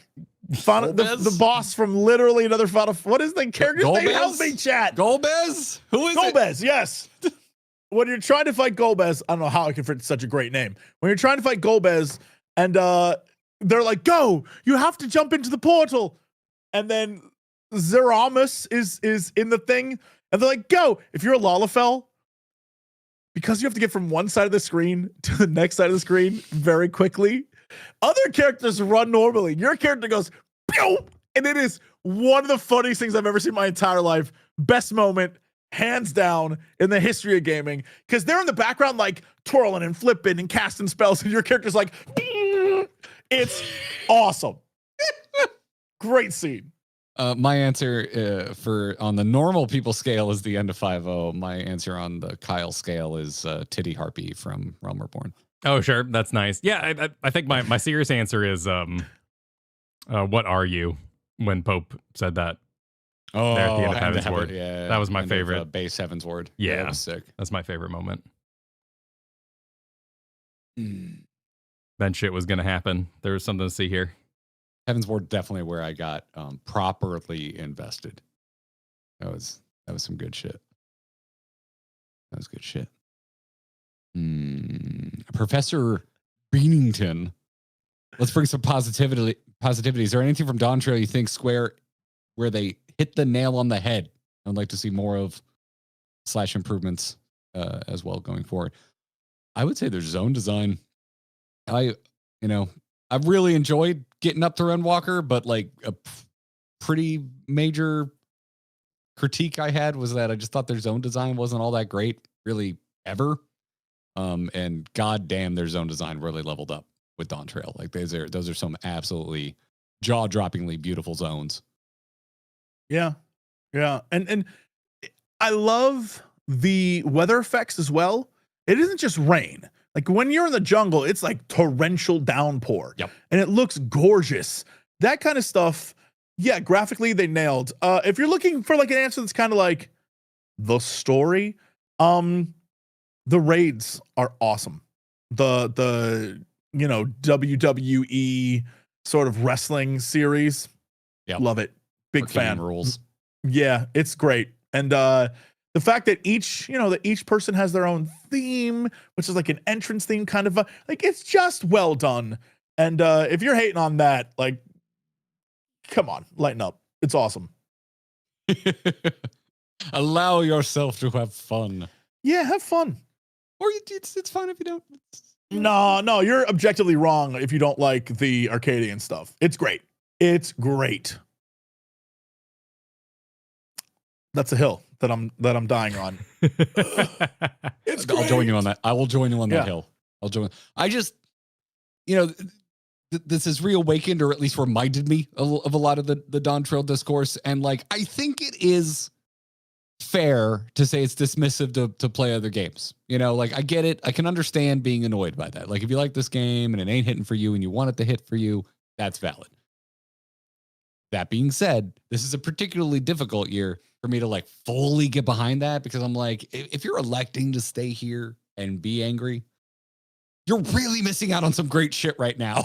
Like that I think is the problem. Try something else on for size. It isn't people being like, I didn't like this. And then people saying, fine, then play something else. It's people saying, I didn't like this. Then coming back the next day and saying, I didn't like this. Then coming back the next day and saying, I didn't like this, while still subbing, while still complaining. And it's like, yo, if you really don't like this as much as you're saying, play something else. It's not people being dismissive, I think. It's people being like, yeah, no, we get it. You don't like it. So go find something you do like. Like your whole identity doesn't need to be you hating this thing. If that's the case, go find something to make your identity loving it. It doesn't have like there are many people who have now their entire online persona is just being like, yo, F14. And it's like, why? What's the matter? What are you doing? And so, yeah, I have no patience for that. I'm like, that's just you being like, yes, there are people who hate this game now, and I will farm them for views. It's like, okay, all right, sure, cool. I guess. Like, why not? Like, but yeah, no, to the legitimate folks who are just like, it's not hitting for me, and I wish it would. Like, fair, valid. I feel you. I very sincerely recommend like get outside your comfort zone, try something else on for size. There's some like insane shit this year. And I very much understand people who are like, I did not like Dawntrail, and I am fine talking about how much I didn't like it, but I'm still subbed and I still play. Like, that's fine. If like someone asks you, did you like Dawntrail? Like, no, I hated that. That's a perfectly reasonable thing to say and feel and do. But if you need to remind people every day that you hated it, that's a different vibe altogether. That's like, come on, man. Not like this. Yeah. Yeah. And if you're new, like if this is your first time tuning in, like I feel like that happens a lot. I'm just like, okay, so we're moving past it because we've already had this conversation 17 times. I'm sorry that you weren't aware of that, but like I just can't keep relitigating. Like, yeah. The same like you point don't over and need to love everything. That's it. It's fine, man. It's fine. But there are a lot of people who take that I don't need to love it and then are like, but I hate it. Were you aware of this? Were you aware that I hate this? I am. It's like, I am now. Cool. Like, all right. Yep. Yeah. Well, I do think it's interesting that kind of something we landed on today, though, how important the story is to the game. Like, I'm having this experience with WoW right now, and it kind of made me think about Final Fantasy XIV. They just announced they're overhauling every class in World of Warcraft. And they could go off about their story and their world and their lore and their 3-movie pipeline they're doing for big conclusion. I've just kind of been like, yeah, I don't know. And then they say we're overhauling our classes, and I go, well, that's kind of that. Well, I'd like to get in there and press some of those talents and move them around and set up my bar. That sounds kind of fun. And each of those games are like so many times I feel like we're all trying to be like, well, maybe you take this piece of this and you take this and we'll make the perfect MMO by constructing all these different parts. But thinking about that this morning and after listening to our talk today, I'm definitely walk away from being like, well, no, the thing that 14 needs to get up and say is, here comes the story. And when it comes to like their big job announcements and everything else, I just don't have that same level of immersion of interest because it's not the interactive part of the game. The interactive part of the game is the story, and then I go talk to my friends. Story, and then I go talk to my friends. Yeah. Mm-hmm. And I mean, that's I think what was missing from this is the story's kind of all over the place. And I said this before last time we got together, and I firmly still believe this, that all the problems people are bringing up, all the things that people are saying about dungeons, about, builds, about whatever, are problems that have been essentially there since I started playing and probably long before that. And it was only because the story they were telling was so good, people chose to ignore a lot of it. And go look, there were still people saying this stuff in 2020, 2019, people were saying like, this needs to change, this needs to change. But because we're all caught up in like, whoa, those arguments were drowned out by people being like, did you see that? That was crazy. And now because the story's kind of like, well, we're just meandering to whatever comes next, People have the free time to talk about it. And yeah, it absolutely should be fixed, but I think that's the reason why we're seeing a lot more of that. But I don't think these are new problems. Like, it seems like these are fundamental problems built into the fact that there's a lot of spaghetti stringification going on in the background of this game. And it's kind of just like pieced together from the beast that was the original Final Fantasy XIV. And so, yeah, sure, they should change a lot of things and refresh a lot of things. Same with WoW. But no matter what, there's going to be people complaining. Like, if you look at WoW, I even, like, the other day, I think I either had a dream or woke up in the morning and was like, what if I go back and play? Like, I want to see what Mojo Maker's up to. Maybe I like go do that. And like, I go back and check out and play WoW. And every time I go and look online, like, what's going on over there? Despite my friends being like, dude, I'm having so much fun. Online, the discourse is the exact same. No matter what, like, a great example is they did the class rebuild things. They added that one button macro stuff. It's like the world ended for people. And I'm like, you were doing that with mods basically. And now you're just like, but they made it official. And so, like, idiots can learn to play now? You mean I got to play with idiots? Like, it's just, well, no one's ever happy in an MMO space, ever. To them, they conquered something, right? And they became satisfied. And I think, here in chat, I say people aren't distracted. And I think that is part of it. But I would even go as far as to say people aren't satisfied. And that's when you have a moment of, like, true walking away. That's not a breakup. You just go, I did every dungeon. I did every bit of content. I'm full. And you just walk. And I can do that with, like, to WoW's subs' detriment. I can open a talent tree and be like, ooh, here's some crunch. Spec for like an hour and just be like, I bet that would kick ass. And I did the part I wanted to in the game. I am satisfied and I walk away. Yeah. There's a lot of, in modern MMO culture, there's a lot of, like, have you ever dated someone? Follow me here. That's not the end of the question. Have you ever dated someone and while doing so, I don't know, something happens. Who knows what? Something stupid. Like, maybe, someone doesn't do the dishes, or maybe, someone doesn't flush the toilet. I'm trying to think of an example. But, like, something happens and you are now hit with, from that point on, anytime even a minor inconvenience with this person occurs, it compounds and builds. And suddenly you hate this person despite, like, living with them, or, 3 weeks ago, I love you, whatever. Like, it compounds and builds up and gets more and more. And next thing you know, you resent this person. This also could be a roommate. You know what I mean? Like, just anyone. But I feel like modern MMO culture has that vibe of, like, yeah, I've been slighted and slighted and slighted. And now it's like building and building and building and building. And some people are just, like, caught up in that. Like, instead of, I'm getting a divorce or I'm walking away, it's like, no, I'll be miserable and I will hate you.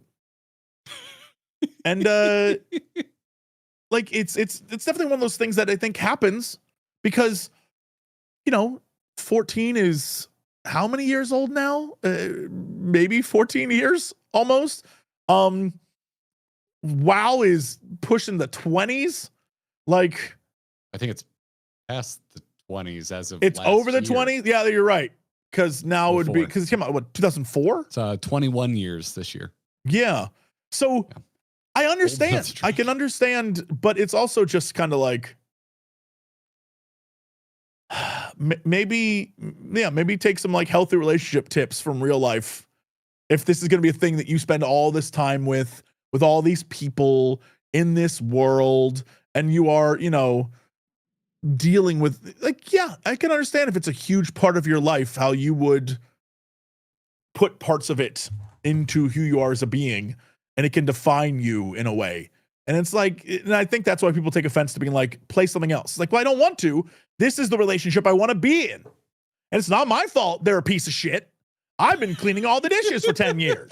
Yeah, the weirdest one of those was Here's the Storm, because you would have people show up in our chat and like test you and be like, I want to break up so badly. You're like, it's okay. Like, you can't just walk away. I don't need to be a part of this cycle you're in.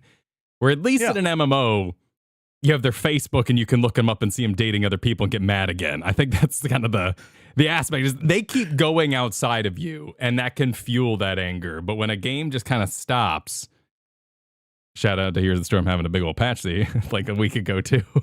It's still going. I think people can see that very resentfully. MMOs are a public space. They're a place you hang out with, like 4th edition. I didn't love 4th edition D&D. It drove me nuts. But it's where all my friends met, so we just kept doing it. Yeah, I mean that's how I feel about WoW. Is I like still have friends who play, and they tell me about all the things happening all the time, and I get that kind of like FOMO for a minute, and then I go online and I see people are still, they're like, no, it's actually, even Preach was like, no, it's still just WoW.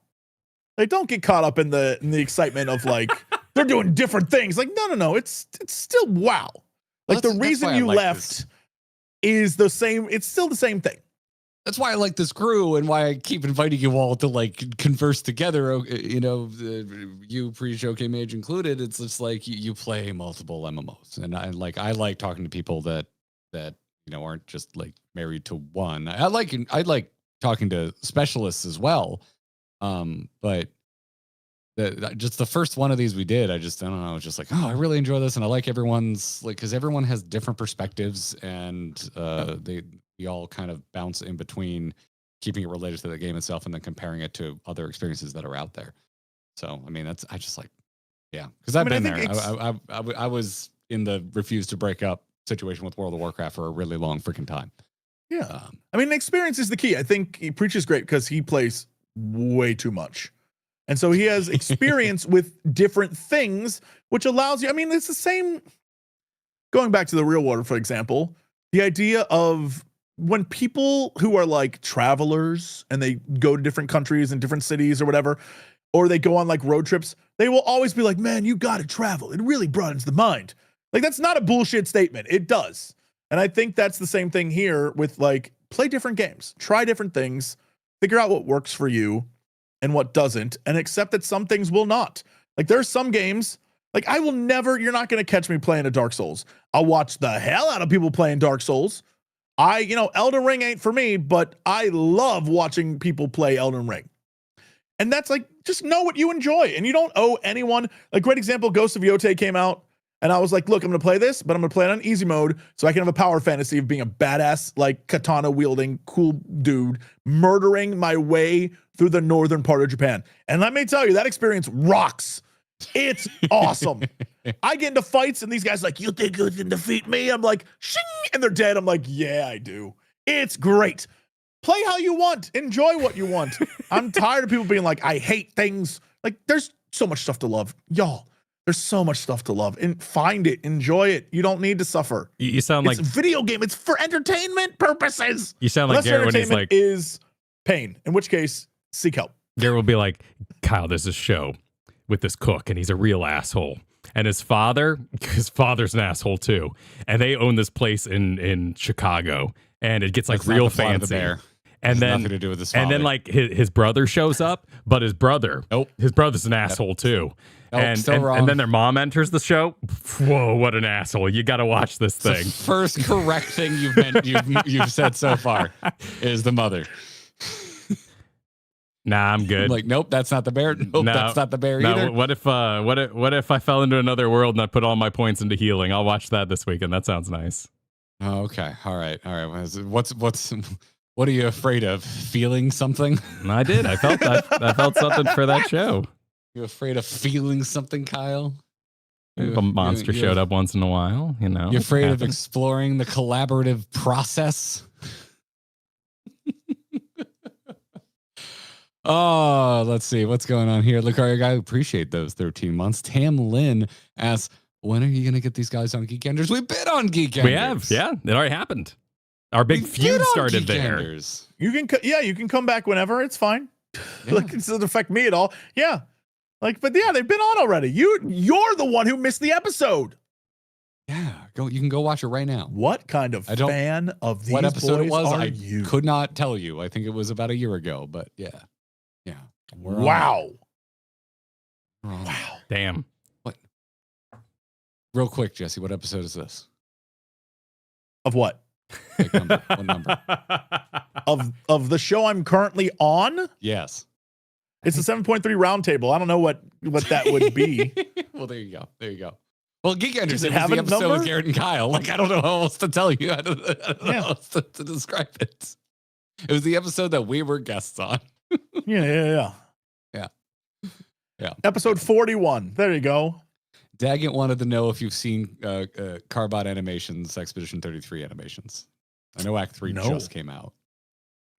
I have not. No. They're delightful. I can't recommend it enough. Or at least Act 1 is delightful. But it's Carbot. Carbot's always great. I've seen a bunch of Carbots, so I'm assuming Act 2 and Act 3 are also great. So, but they, haven't finished yet, so I don't want to get spoiled. So even don't do it. Don't spoil yourself. Comedy. I don't want to be spoiled. Yeah. Darkman just super to say that this roundtable is the analysis team you can trust. All right. Sick. Analysis team you can trust. We're Darkman approved. The Doppler I'm working Raven. hard to make that not true, but Just keeps happening. yeah. I don't want anyone to trust me. I want the people to quit. Like, what's he up to? What's going on over there? He's always 3 steps ahead. Yeah. Big brains. Hell yeah. Oh, freaking yeah. Roguemage sent in a parenting update to say that their 5-year-old got a hold of mom's Spotify playlist and now wants to listen to quote unquote rocking music, which means MCR, Breaking Benjamin, Panic at the Disco, and Fall Out Boy. Ooh, nice. It's a good mix. Well done. It's good. That's how you know it's good. I love that. I love, like, also, where are you from? Because if you're from England and you have a little British kid, that's even better. I'd like to listen to rockin' music, mummy. Like, I want that for you.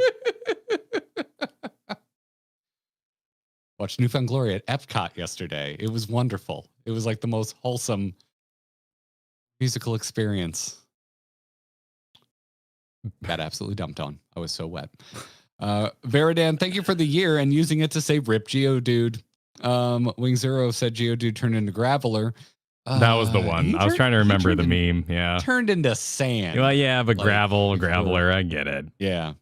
Kitty litter. Sent in $5 for you to demo the lease walk, Kyle. I've already. Oh, well, the GIF is available on the Discord. Whenever you need it. But I think I was wearing this shirt too at the time. But Probably you wear that shirt a lot.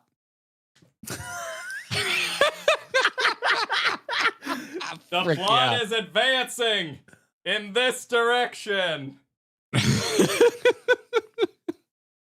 Vivian, thank you for the obligatory play, Monk. Frozen Studios, appreciate the 18 months. Stitch has said, I expect the next couple expansions will do the same things until we get a full party of Final Fantasy homage characters for the final trial.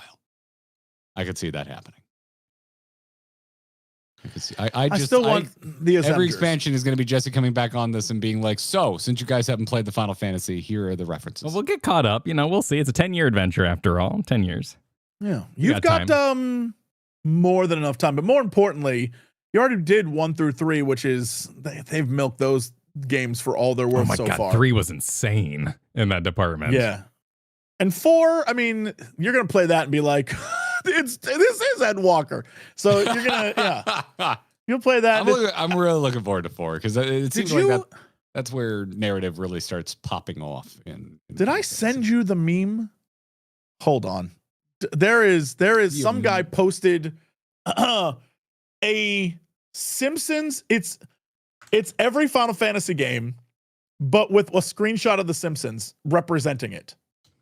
I think I've seen this, but you definitely did not send it to me. And it was so accurate in a way that I can't even describe. I'll have to find that and send that to you guys. Wait, but like, is this it? No. It's very close. Some of those images, like the one for 15, are the exact same. Okay. But like, oh man, I'm a big fan of spoilers out of context. Like that's a meme format that always works for me. I've got a vertical one here. Is this it, Jesse? No. That's 100% not it. Okay. It is on. It's so funny. It's on. Hold on. It's on Simpson shit posting, which is even funnier.